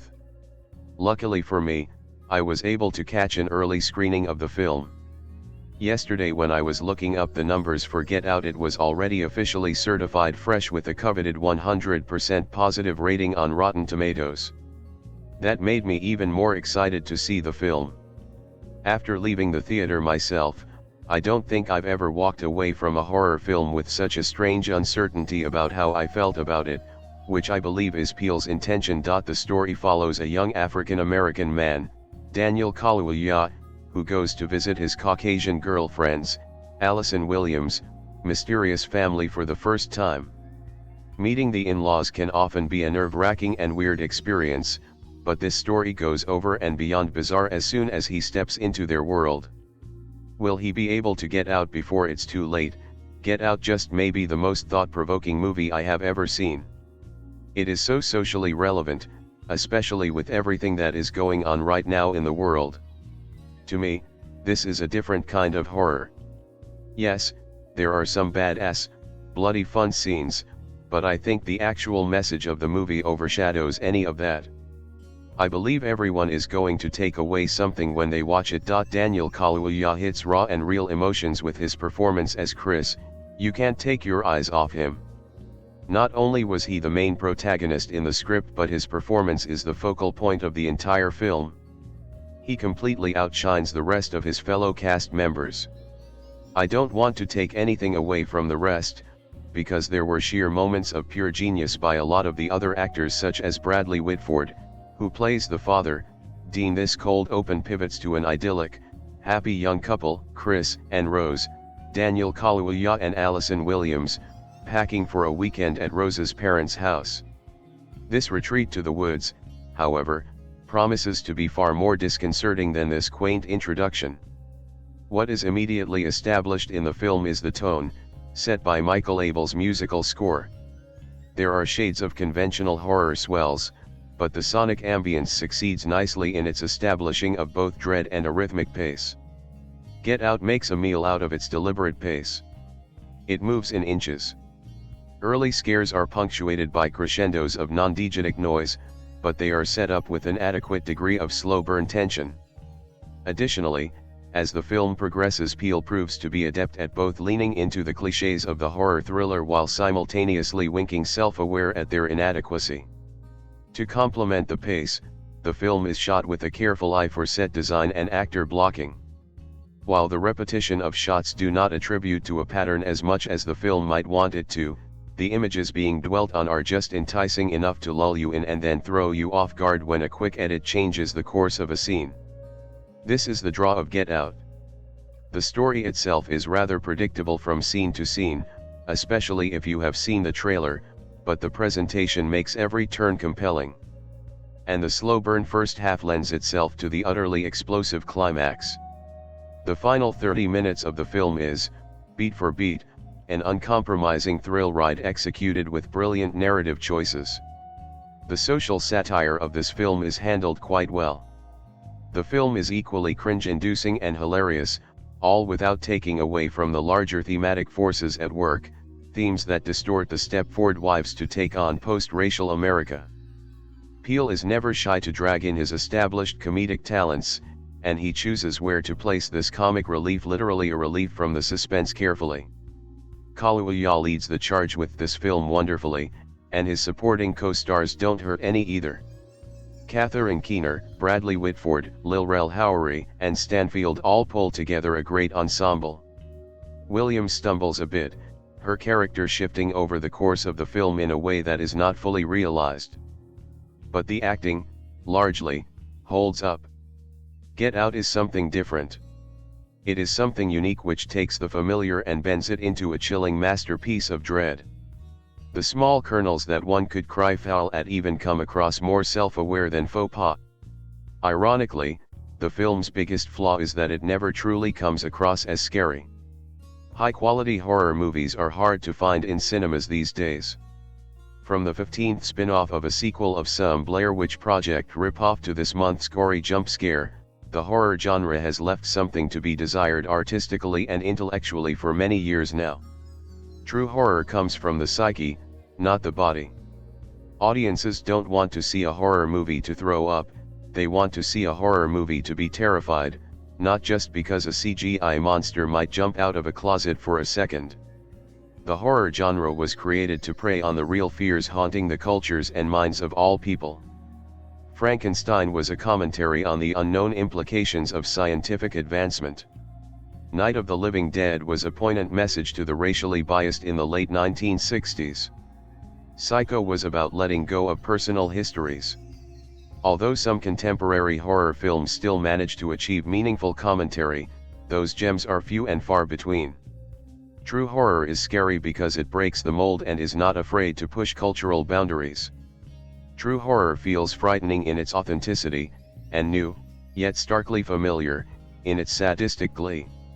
When I heard that Jordan Peele, of Key and Peele comedic fame, was making a horror flick, I was skeptical. I love his comedy work, but such a genre flip seemed questionable to me. Then the reviews for his movie, Get Out, started coming in.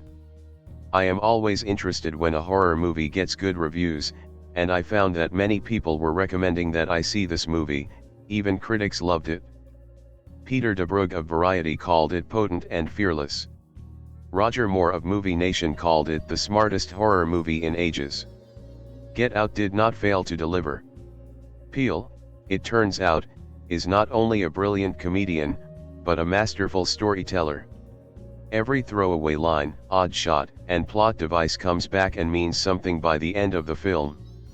The scares are psychological in nature and give the audience a feeling of suspense and dread, while speaking eloquently of race relations in 2017 America. Peele perfectly blends a terrifying story with clever and effective social commentary and a large dose of the intelligent satire he is known for, all while staying tasteful. The cinematography is artful but not jarring. The performances are subtle and not campy. Chris, played by Daniel Kaluuya, and Dean, played by Bradley Whitford, have fantastic stage chemistry. The story is engaging, philosophical, scary and, above all, highly entertaining. Get Out is riddled with scares and symbolism. It tells the tale of a young African American man, Chris, visiting the parents of his Caucasian girlfriend, Rose, Allison Williams, for the first time, but he quickly finds out that something went horribly awry. Very soon, Chris realizes that the awkward, try-hard dialogue of his girlfriend's wealthy father, Bradley Whitford, contains much more than it seems, and he begins to uncover a mind-blowing and increasingly terrifying plot that stems out of what originally appeared to be a case of casual but inadvertent racism. Chris, representing the perspective of many African Americans today, initially brushes off the subtly racist dialogue of his host that seems to be ever present in a great number of well-meaning Caucasian people across the country. But soon, he finds himself quite literally trapped, surrounded by it, and falling deeper into its implications, into a psychological prison that Rose's hypnotist mother, Catherine Keener, calls the sunken place. Get Out is not only scary, it is creepy and slow-burning, all while being shocking and intellectually stimulating. It will make you laugh, it will make you hang on the edge of your seat, and it will make you close your eyes in fear as you witness Chris' nightmare. True horror sticks with you. It makes you think about yourself, the people around you, and the society you live in. It makes you see yourself in a helpless protagonist, or in a seemingly innocent villain. It makes you see your country in a harmless turned sinister upper-class home. True horror stands the test of time, and remains meaningful for generations to come. Get Out is true horror. Theaters will do special screenings of it for 100 years. Critics will use it as a new standard, and film students will talk about what it really means. Any filmmaker worth their metal will say that a good film has to make people have conversations. Wow, I mean, I don't even know where to start. This movie came completely out of nowhere. Who knew that Jordan Peele's directorial debut would be this fucking good? Get Out is a horror/comedy about Chris, Daniel Kaluuya, who goes on a trip to visit his girlfriend Rose's, Allison Williams, parents whose odd behavior towards this interracial couple gets increasingly more concerning for Chris during their stay. Ever since reading the initial synopsis for this film, I was completely in just based on that alone. It sounded very intriguing, and more importantly it was inherently original, the type of film more people need to go and see. And this movie completely delivered and surpassed my expectations on almost all fronts. This movie highlights a perfect application of horror, with plenty of unsettling imagery, and Peele blends it perfectly with hints of comedy that hit every time and did not feel out of place at all. The performances here are also so riveting and only enhance the very unsettling nature of this film. I will start with commending Jordan Peele on his success with this film. Not only was this a venture away from the comedic material he is known for as one half of Key and Peele, but this was also his directorial debut, which is insane. Isn't it funny how this comedic actor can take a leap of faith into horror for his directorial debut and accomplish something greater than most modern horror directors? What makes this film so well crafted is the way he expertly blends themes of horror with comedy and also incorporates subtle social commentary here and there that you can notice yet doesn't take you out of the film. I mean, there are scenes in this film that are terrifying and unsettling but are also really fucking funny. He manages to terrify you right in the middle of some quite humorous scenes, and it blends perfectly in ways I can't possibly explain to you through words. And forget creepy imagery, there are some scenes where there is nothing even slightly scary on the screen, and just through the use of very confronting camera placement you feel so uneasy you just want to squirm in your seat. One incredible thing to note with this film is that typically you see in horror films sequences of building suspense towards multiple big terrifying scary moments scattered throughout. But what is really cool here is that the suspense is being built up constantly throughout the entire film towards a final 20 minutes or so that is so balls to the fucking wall crazy that your mind will be blown. The film grabs you early on, and for an hour and 40 minutes it is slowly tightening its grip, keeping you locked in your seat and delivering with one of the best climaxes in a horror film that I've ever seen. It goes to places you never even imagined it would go, and it turns what is a fantastic premise into an incredible story. The pacing is crucial to the suspense factor, and the way it gets progressively faster as the film goes on works so damn well. It gives the film plenty of time early on to introduce characters, get you to care about them, and implement little hints here and there of things to come. And it also allows the film to close out on a high note where it does not mess around. And I mentioned the performances briefly, but you cannot look past them when thinking about this movie. Daniel Kaluuya and Allison Williams were phenomenal as this couple, and I was completely sucked into every one of their scenes and believed all of their exchanges because they were all so goddamn natural. The film focuses on Daniel's character predominantly, so that is the character we are experiencing the film through, and he does a great job at really letting you connect and relate with him. The parents though, OMG, they were fucking great. Bradley Whitford and Catherine Keener were intriguing, unsettling, and haunting, a lot of the time without even saying a word. And also this guy deserves a mention also. Lil Rel Howery plays Chris' friend Rod Williams in the film, and he is fucking hilarious. He provides the majority of the larger comedic moments, and his timing was on point 100% of the time. Having a straight-up purely comedic character in this film that offers a perfect blend of horror and comedy could have been very out of place, but it works so damn well. So in the end, yeah, there really wasn't anything I did not like about this movie. The story was great and hooked me in right from the get-go. The characters and performances were also well introduced and developed. The way Jordan Peele blended horror and comedy so seamlessly was incredible, especially for his directorial debut. Now the only question looming is, was it a fluke, or can he deliver this sort of quality again and again and transition into a continuously successful director? Only time can tell. If you haven't gathered this already, then yes, you should most definitely see this movie. It doesn't release in Australia until May the 4th, be with you, so until then just wait in anticipation. Making a 180-degree switch, Jordan Peele, Key and Peele, directs and writes Get Out, his first feature. Chris, Daniel Kaluuya, Sicario, a black man, has been dating Rose, Allison Williams, girls, a white woman, for some time. They decide to spend the weekend at her parents' house so Chris can finally meet her family. Chris is uneasy about what her parents' reaction might be, and his initial concern turns into suspicion after meeting the two family servants, both black, who seem to be too polite and too satisfied with their current situation. Despite the genre, Peele remains true to his comedy roots. Comedian Lil Rel Howery co-stars as the TSA agent best friend. Normally this type of role could conflict with the film's intent, but Peele is able to use this character to prevent the film from becoming too serious.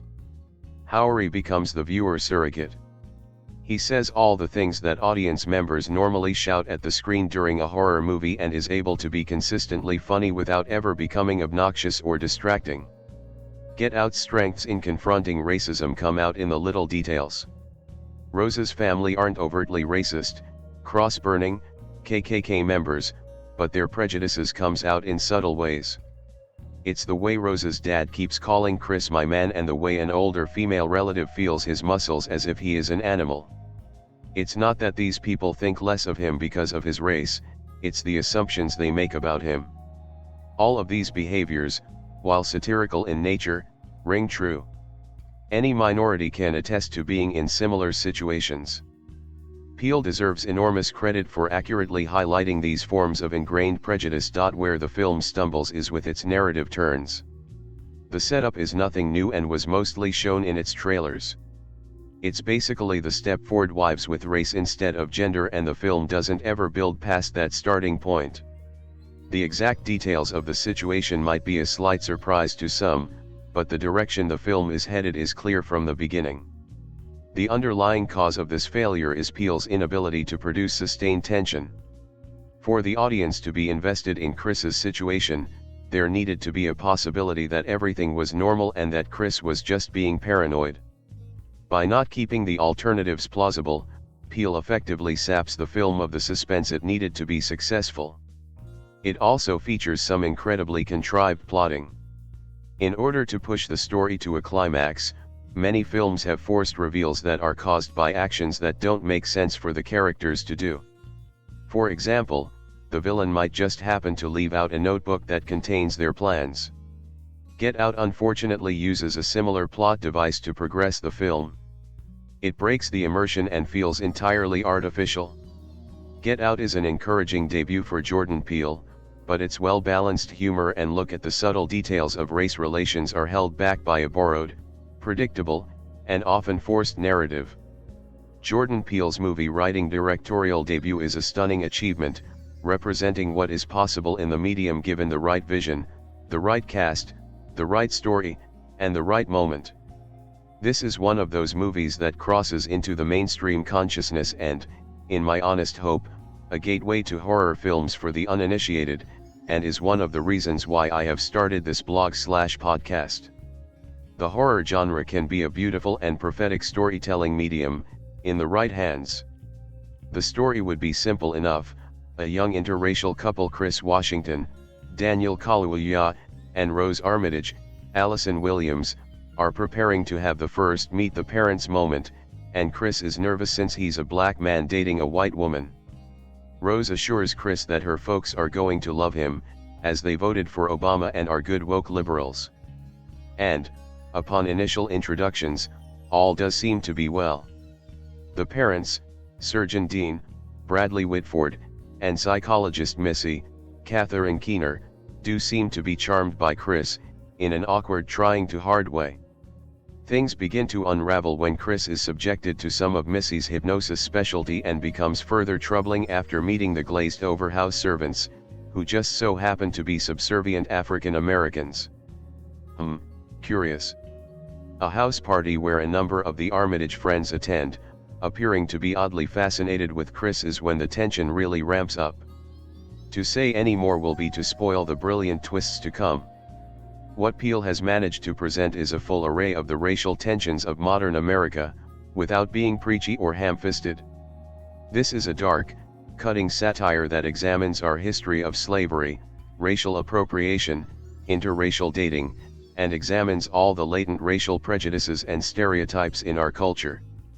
I'm an Asian American, so perhaps I'm a third-party observer, but I get it.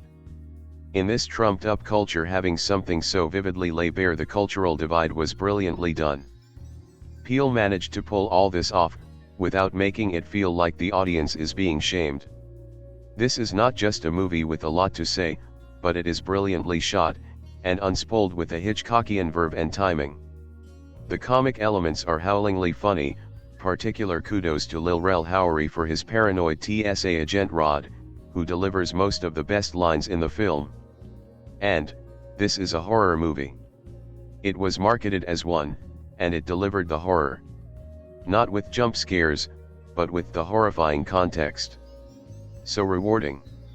There are scant few horror movies that get nominated for an Oscar, and I am willing to put good money that this will get nods for Best Picture, Best Director, Best Screenplay and Best Actor. This movie will join Jaws, The Exorcist, Silence of the Lambs, and The Sixth Sense as the proud few horror movie nominees.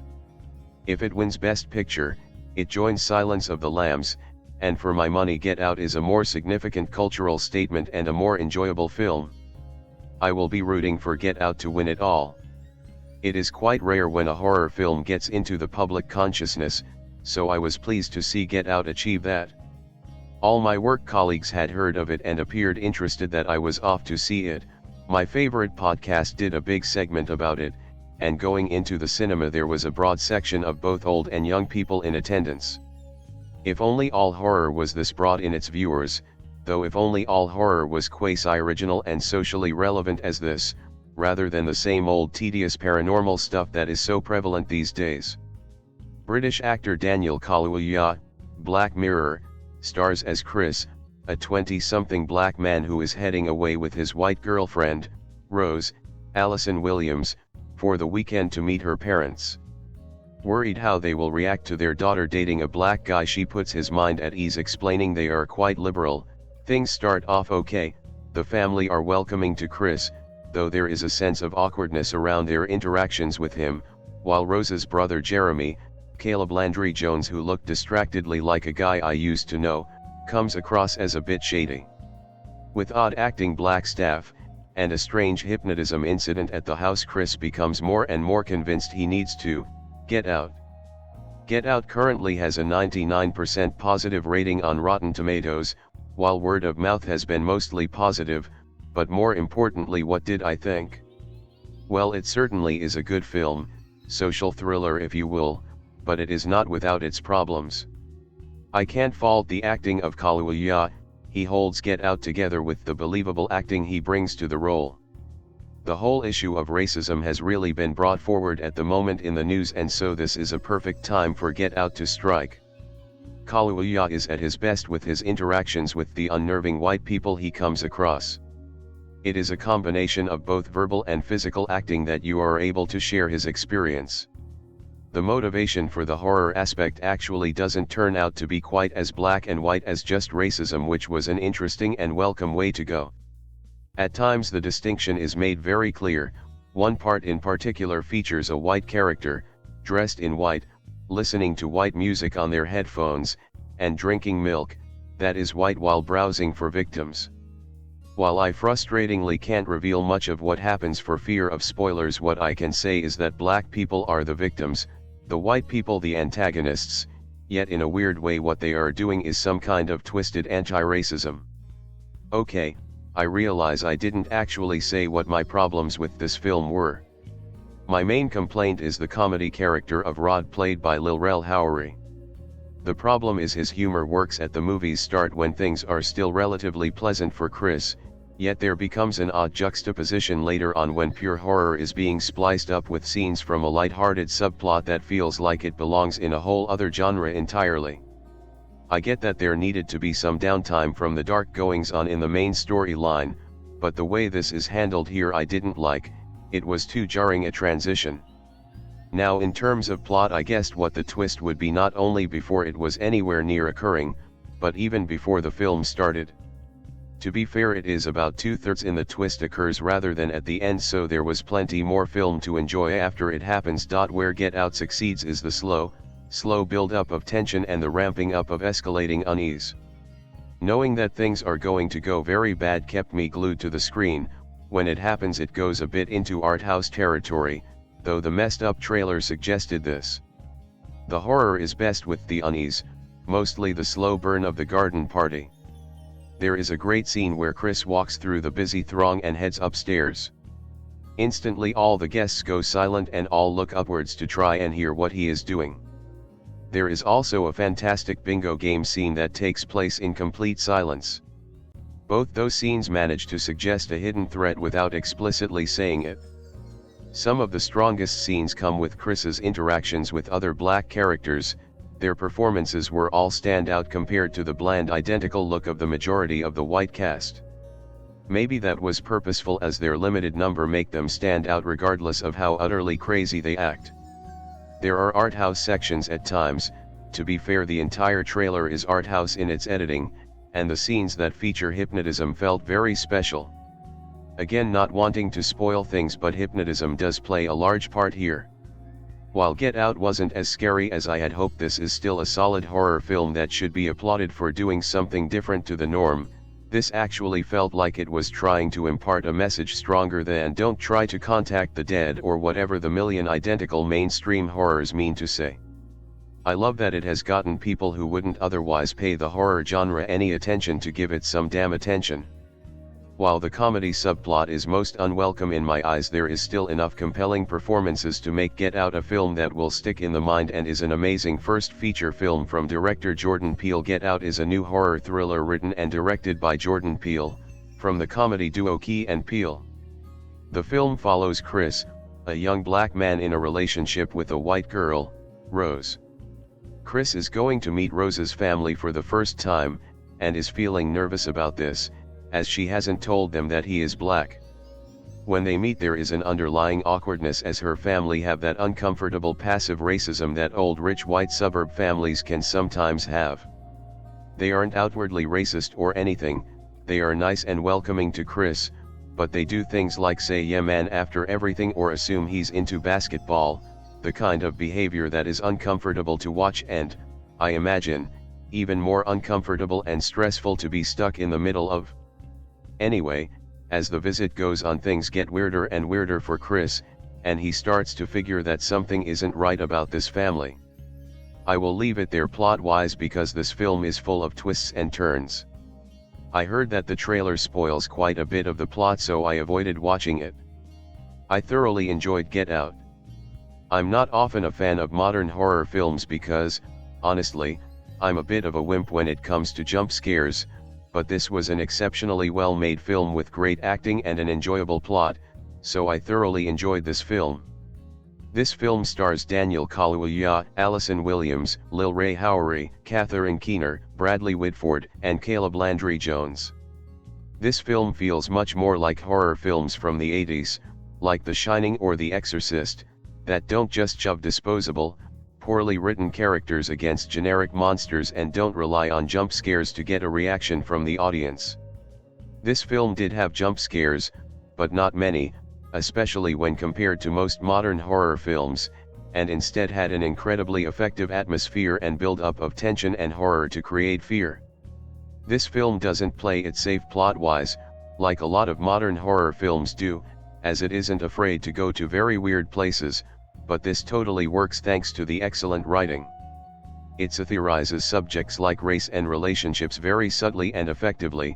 It's not over the top or obvious, but it is there and it gives you a lot to think about after the film finishes. The awkward and uncomfortable tone during the opening scenes of Chris meeting the family are done exceptionally well. It feels like you're watching a family drama rather than a horror film. However, the film brilliantly combines this uncomfortable tone with the underlying sense of something not being right, and as things get weirder and weirder, the awkwardness turns into fear and dread, and so when everything is eventually revealed, it is satisfying and feels earned. The fact that this film is Jordan Peele's directorial debut is astounding. The cinematography is beautiful and the dialogue feels very realistic. This is enhanced by terrific performances across the board, but especially from Daniel Kaluuya as Chris, and Lil Ray Howery as Chris's best friend Rod. Kaluuya sells the uncomfortableness of the situation with the family very subtly and realistically, and the very dramatic and emotional moments are acted brilliantly. You get to know him throughout the film and, overall, he is incredibly likable and relatable as a lead character. He's not stupid either, like a lot of horror protagonists can be, so you relate to him more as he does what anyone would probably do in this situation. Howery's character, Chris, acts as the comic relief throughout the film, and while his scenes do feel very separate from the rest of the film's horror tone, it didn't annoy me or feel particularly out of place. I found him to be incredibly funny but also effective at helping make some of the weird plot points feel more realistic in the context of the film. Both Chris and Rod were incredibly likable characters, which makes you invested in what's going on and what threat Chris could be under. Allison Williams was also very good as Rose. She and Chris felt like a real couple, and so again it adds to the tension as you want them to be okay. I found it very hard to write a review for this film without spoiling it. I've tried to be vague but still get across that this is a brilliantly made and acted film. It is a tense thriller with some more gruesome and horrific moments in the final act, and even if you're not a fan of horror films, it is worth seeing because of its brilliant performances, great writing and direction, and mostly its originality. Oh golly gee, I really don't want to write this today. I don't care to write more than one a day. Also, this is the last movie I saw, so I'm going to be silent on this page for a while until I can knock out another movie. It's just that I'm going to get a huge stack of papers tomorrow, and I know that it would just make sense to get this done now when I have the time. Also, this movie is pretty great and I should really review it while it's fresh. I just know that the quality of my writing goes to pot when I try squeezing more than one in a day. It's not like the writing is that good to begin with. And he casts the line into the water. This, until very recently, held the coveted 100% fresh award on Rotten Tomatoes. Very few things ever hit that. It's been holding at 99% and I don't see it going down at all. There's a good reason for the 100% approval rating. The movie is good and original. It's weird to think that Blumhouse is holding such spectacular reviews, but that's very close-minded of me. The great thing is that this movie is still a horror movie. Yes, it spins some of the formula on its head, like many of the great horror movies do. But this movie is unashamedly a horror movie, often portrayed as appealing to trolls and the disturbed. Considering the heavy social themes in the movie, I love that it took a horror movie to convey many of these ideas. I need to stress one thing that I think many people aren't necessarily picking up on. While the theme is clear, the movie never really gets preachy. Yes, it is present and in your face, but the movie itself is non-accusatory or manipulative. Rather, it treats racial order as a matter of fact. Peele has made a movie without having to explain to Americans what race is all about. There is no convincing. This is life and the audience has to deal with it. That's why the horror movie aspect works to this film. The movie focuses on the scariness of the world and embraces that the world sucks in terms of race relations. I got really excited for this movie when I saw the trailer. Written and directed by Jordan Peele? Yes, sign me up. The man is a genius and extremely passionate. While Keanu could have been better, there certainly was an artist behind the creation of that work. I applaud him for doing something so divisive as a horror movie as a follow-up to an illustrious comedy career. Fans of Key and Peele probably recognize that the talents behind that show are fans whatever they choose to embrace. That might be the biggest difference between variety shows like Saturday Night Live and truly crafted work like Key and Peele. Those guys respect whatever they are making versus telling a quick joke. It makes sense that Peele used whatever skills he learned from his show to make an amazingly crafted horror movie. All of the elements were there for the show, it just took the opportunity to deliver something outside of the realm of comedy. Very rarely do I get excited about seeing the written and directed prompt by one name. I often complain about it when it comes to the Star Wars prequels. Jordan Peele might enter the hallowed halls of the few people who can really pull it off. Not only that, but Peele should be doing this. The highest praise that I can give this movie is the attention that went into crafting this film. This movie is meticulously made. Every line and every shot matter.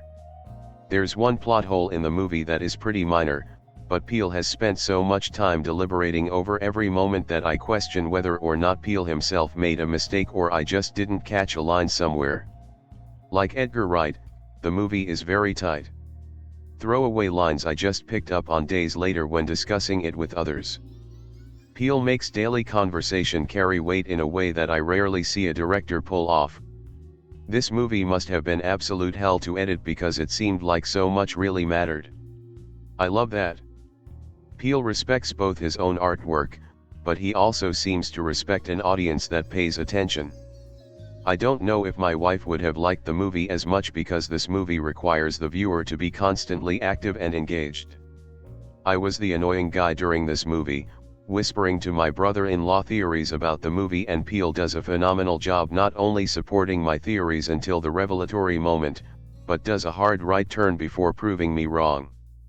I love that so much.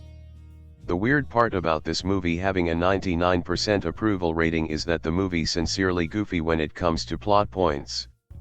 But Peele does something marvelous with a bizarre idea. He makes those ideas not only acceptable, but absolutely terrifying. My wife wanted all the spoilers because she knew that she wouldn't sit down and watch it. Me trying to summarize this movie made me sound like a crazy person. The movie sounded dumber than it was because I couldn't explain the intensity with the way he shot it. Hypnotism is dumb. But the way he presented hypnotism, that's horrifying. But you try telling someone this plot and try not to make it sound dumb. But that's part of Peele's respect for the genre.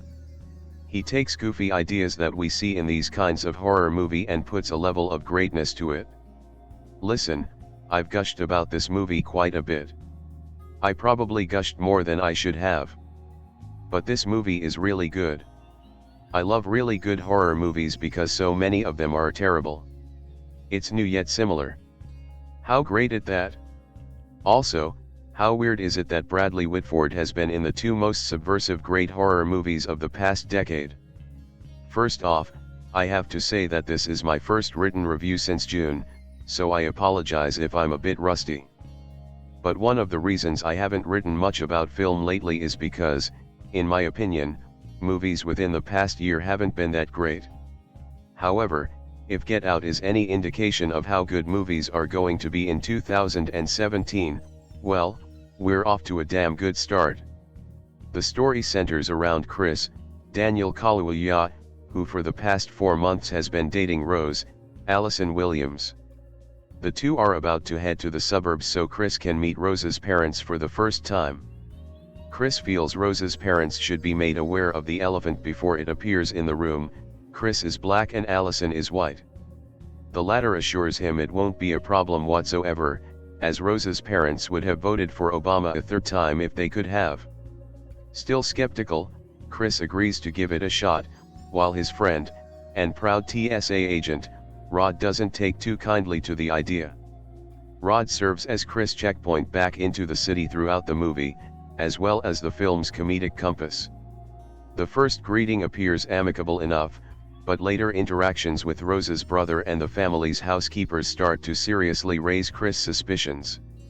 At a family party, Rose's relatives are quick to point out Chris' race and ask him obscure questions about the physical build and cultural perception of black people in today's society. Still, he plays it cool, and tries not to make a scene. But after taking a flash photo of one of the first black men he has seen in days, the man seems to have a frantic breakdown, warning a visibly shaken Chris to get out. This movie is an indisputable achievement in modern horror. Not only is it psychologically thrilling throughout and capped off with a blood-soaked finale, Get Out is an incredibly smart film. One scene in particular introduces the notion of hypnosis, and the subtle build-up from casual conversation to the scene's climax is tantalizingly brilliant.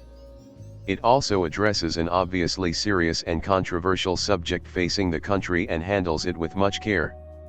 Not once did I feel like the film was pushing a racial agenda, and if there was one there, in no way did it feel unwelcome or tarnish the movie. That's how smart and careful Get Out is. However, one area where the rest of the film's intelligence seemed to be slightly lacking was in character behaviors. This is not a knock on the characters themselves, nor the actors. There are great performances all around, notably from its two leads and those enslaved in their own minds. However, the characters seemed to know they were in a movie. The excessive narration from two of the characters, one of these instances being in the opening scene, served to distract from my experience instead of enhancing it. For example, when Rod sets up the task of recording a phone call, we as an audience do not need to hear "okay, record, speakerphone, unmute." Up to this point, we as an audience were led to believe we were smart enough to follow along without guidance, but the film took a 180 here.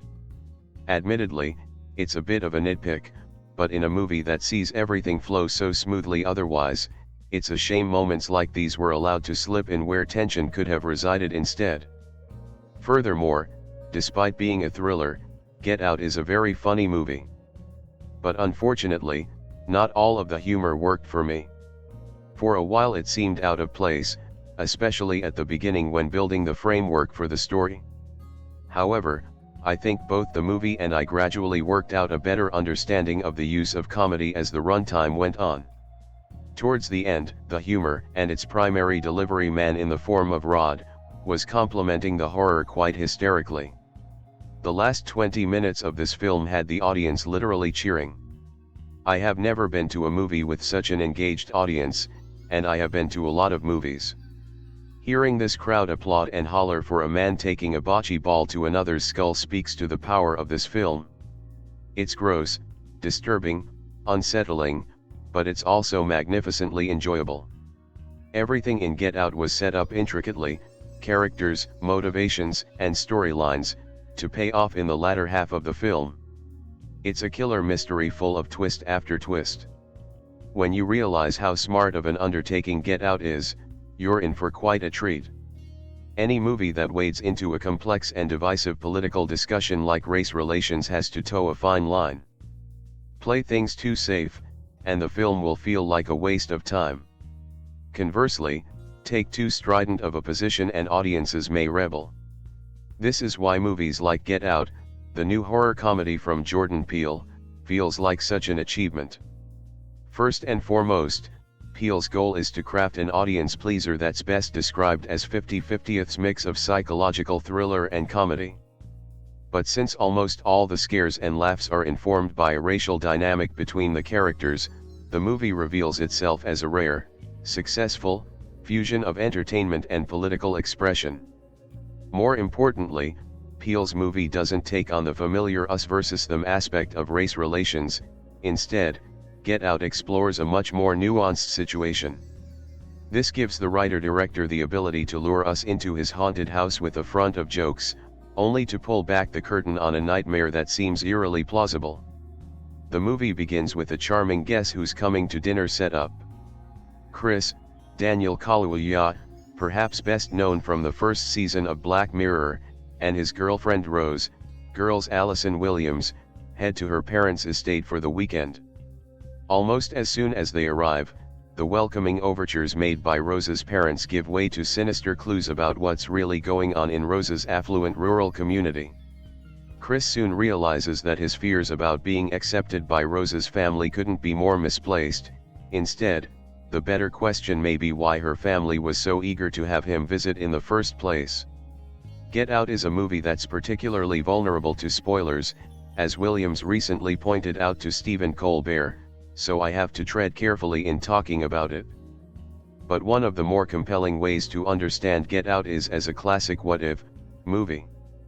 Films like this take a simple concept, here, a black man being introduced to his white girlfriend's parents for the first time, and imagine what happens when benign comments or awkward situations are exaggerated to extremes. Peele turns an ideal situation on its head. What if a young woman's parents were too accepting of her black boyfriend? What would that look like? It's one thing to make a movie about hardcore racists, but something else entirely to make a movie about people who are so progressive and liberal in their thinking that they become as terrifying as people who simply hate. This technique of finding horror in everyday life is something that we get far too little of at the movies. The easier, and far less compelling, way to make a scary movie is to pick a supernatural creature and set them loose on some flawed but innocent characters. But as filmmakers like Alfred Hitchcock proved time and again, the most rewarding horror films make audiences feel like they're witnessing something that could happen to them. It's a surefire way to achieve what Hitchcock described as one of his key goals: give them pleasure, the same pleasure they have when they wake up from a nightmare. Helping Peele get here is an array of technical finesse, which he likely developed while working on the often elaborately staged sketches on his hit Comedy Central series Key and Peele. Despite Get Out being Peele's first directorial credit, the film feels confidently made, with lush scenery and strong camera work. The filmmakers also respect our intelligence by refusing to over-explain the central threat or to stage protracted fights and chase scenes. In the third act, when the action ramps up, sequences are short and to the point.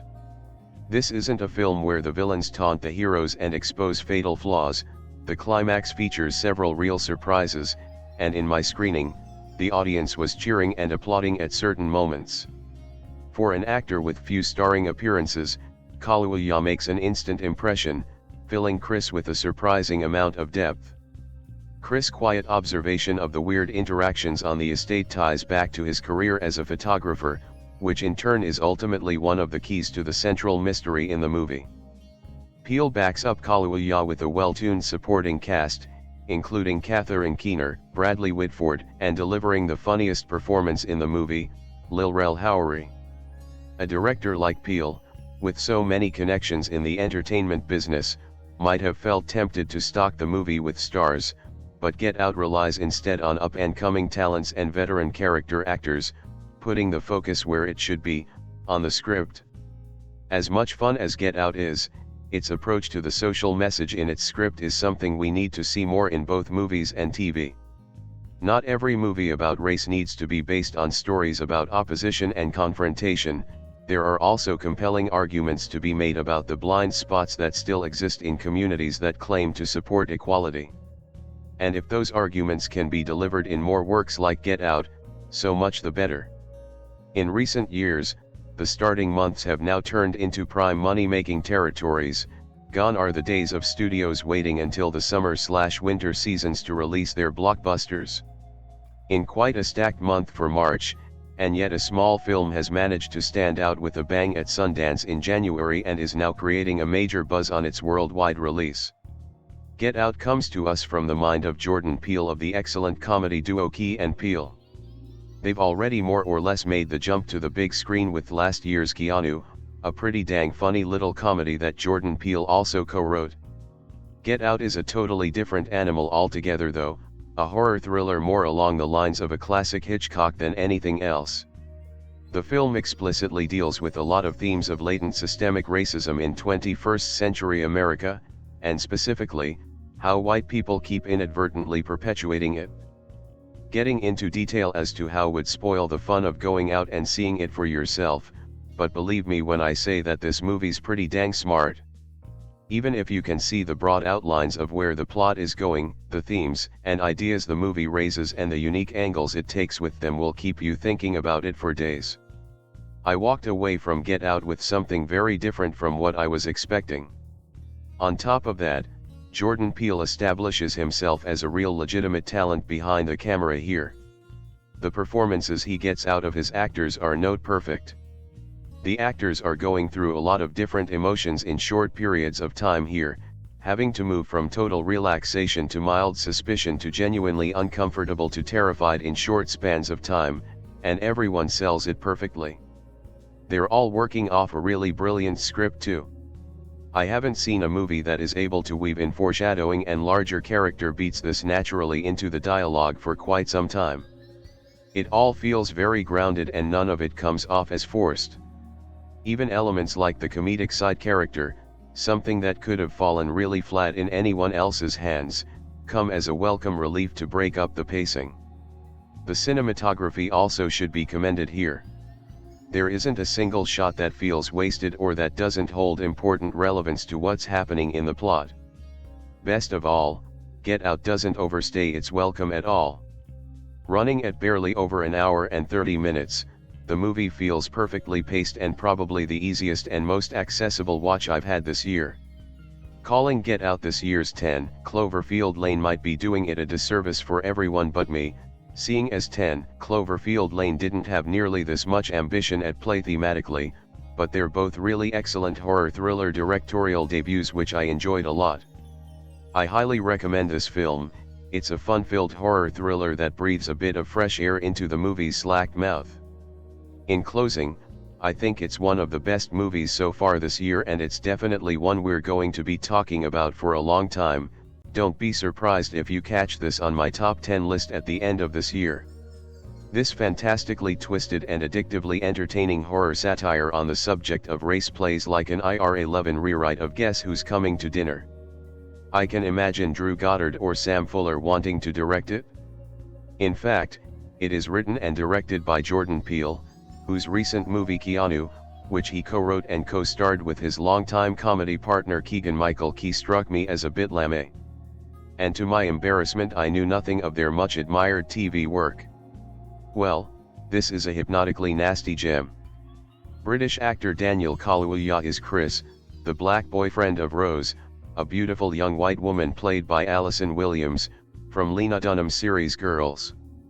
They've dating for a few months and she plans to take Chris back to her family home to meet her hugely wealthy and excruciatingly liberal parents Dean and Missy, wonderfully played by Bradley Whitford and Catherine Keener, a surgeon and psychotherapist, respectively. Rose predicts that her embarrassingly well-meaning dad will assure Chris that he would have voted for Obama a third time if that was possible.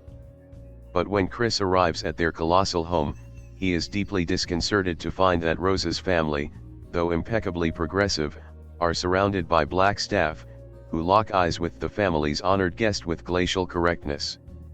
Watching the movie, I found myself thinking of Michael Gove's legendary, gushing description of arriving for his interview with Donald Trump last year.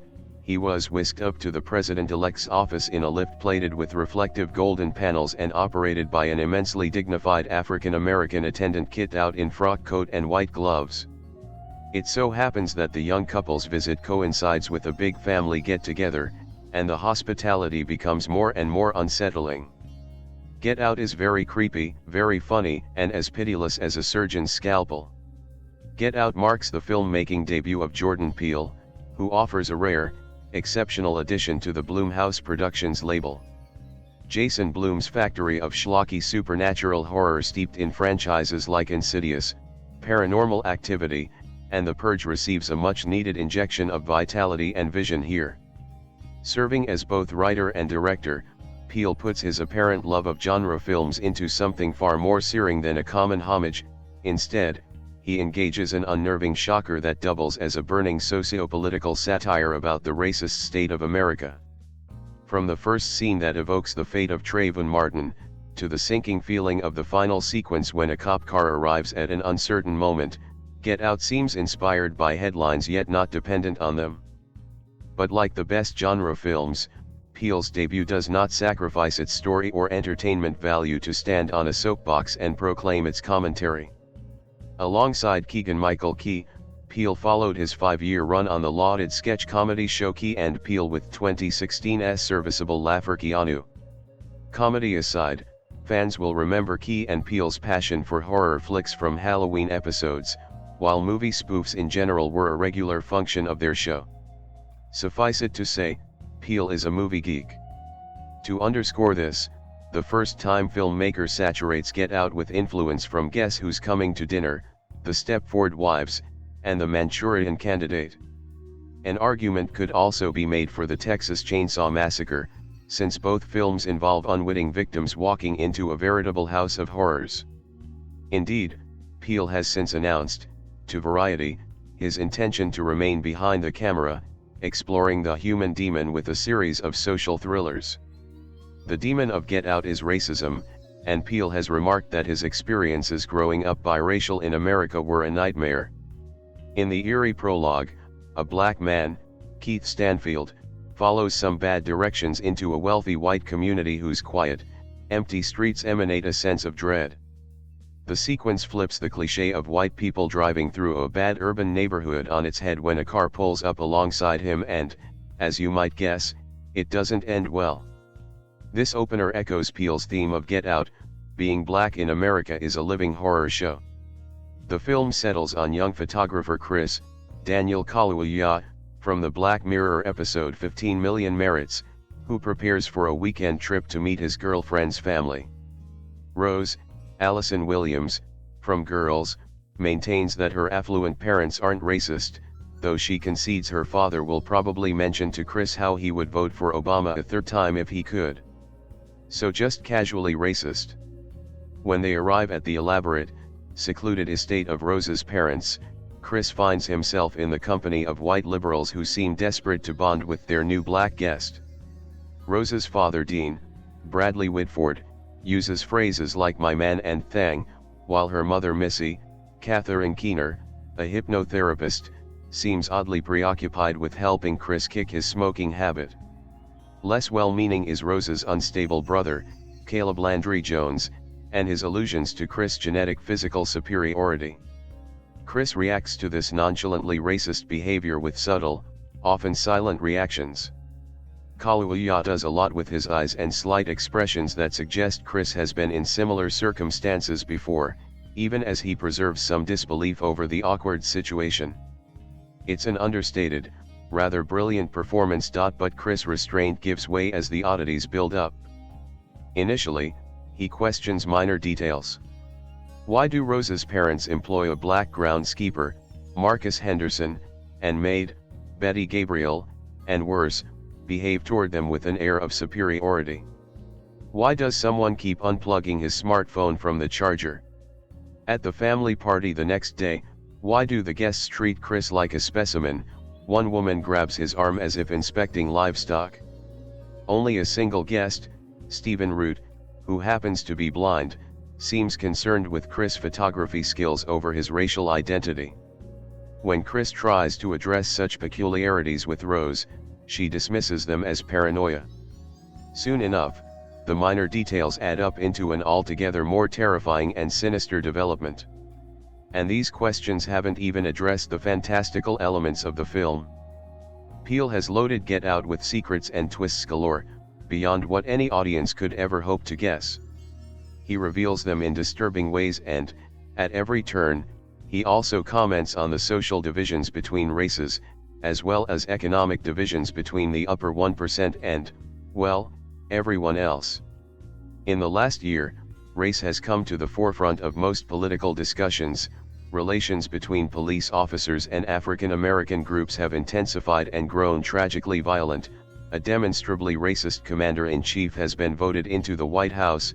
Black Lives Matter continues to call for awareness, and talk of diversity seems painfully urgent everywhere you look. When Peele was writing his screenplay prior to 2015, he could not have known what was coming, and while recent headlines may bring the conversation into the media spotlight, it's important to note, these are not new conversations, nor should the impassioned debate stop if ever the volatile political climate calms. Though Peele's film has plenty to say about people of color living in white-dominated society, he also follows several well-treaded tropes of the horror genre. Savvy viewers will see evidence of Rosemary's Baby not only in the paranoid nightmare-come-true scenario but also the humor Peele brings to the material. Chris' best friend Rod, Lil Rel Howery, cuts the tension with humor. He launches his own investigation after learning about several disappearances of black men in the area where Rose's family lives. He reports his findings to a detective, played by Living Single's Erica Alexander, and her reaction is priceless. Rod echoes that voice in the viewer's head, the one shouting at Chris to get out, before it's too late and his conspiracy theories about what's going on prove funny, if surprisingly semi-accurate. Besides a comic relief sidekick, Peele relies on other clichés. However, each time he embraces a known formula he reinvigorates it. On a formal level, Get Out shows Peele making smart choices about shadows and brooding camera movements alongside cinematographer Toby Oliver. He also incorporates chilling music, some of it piercing strings by Michael Abels, some of it just the right song for the scene. The old-timey tune Run Rabbit Run by Flanagan and Allen is appropriately unsettling. Most impressive is how well this freshman effort demonstrates Peele's complete vision. His technique has an individual style, he exhibits his love of classic horror films without becoming overtly derivative, his personal touches and grim sense of humor are evident, and all while exploiting the evil beneath varying degrees of racism from subtle to monstrous in a thriller with germane overtones. Get Out is essential viewing for the socially conscious horror fan. This film, directed by Jordan Peele, written by Jordan Peele, produced by Sean McKittrick, starring Daniel Kaluuya, cinematography Toby Oliver, edited by Gregory Plotkin, music by Michael Abels, production companies Blumhouse Productions, distributed by Universal Pictures. Release dates January 23, 2017. Running time 104 minutes. Country United States. Language English. Budget $4.5 million. Box office $259.9 million.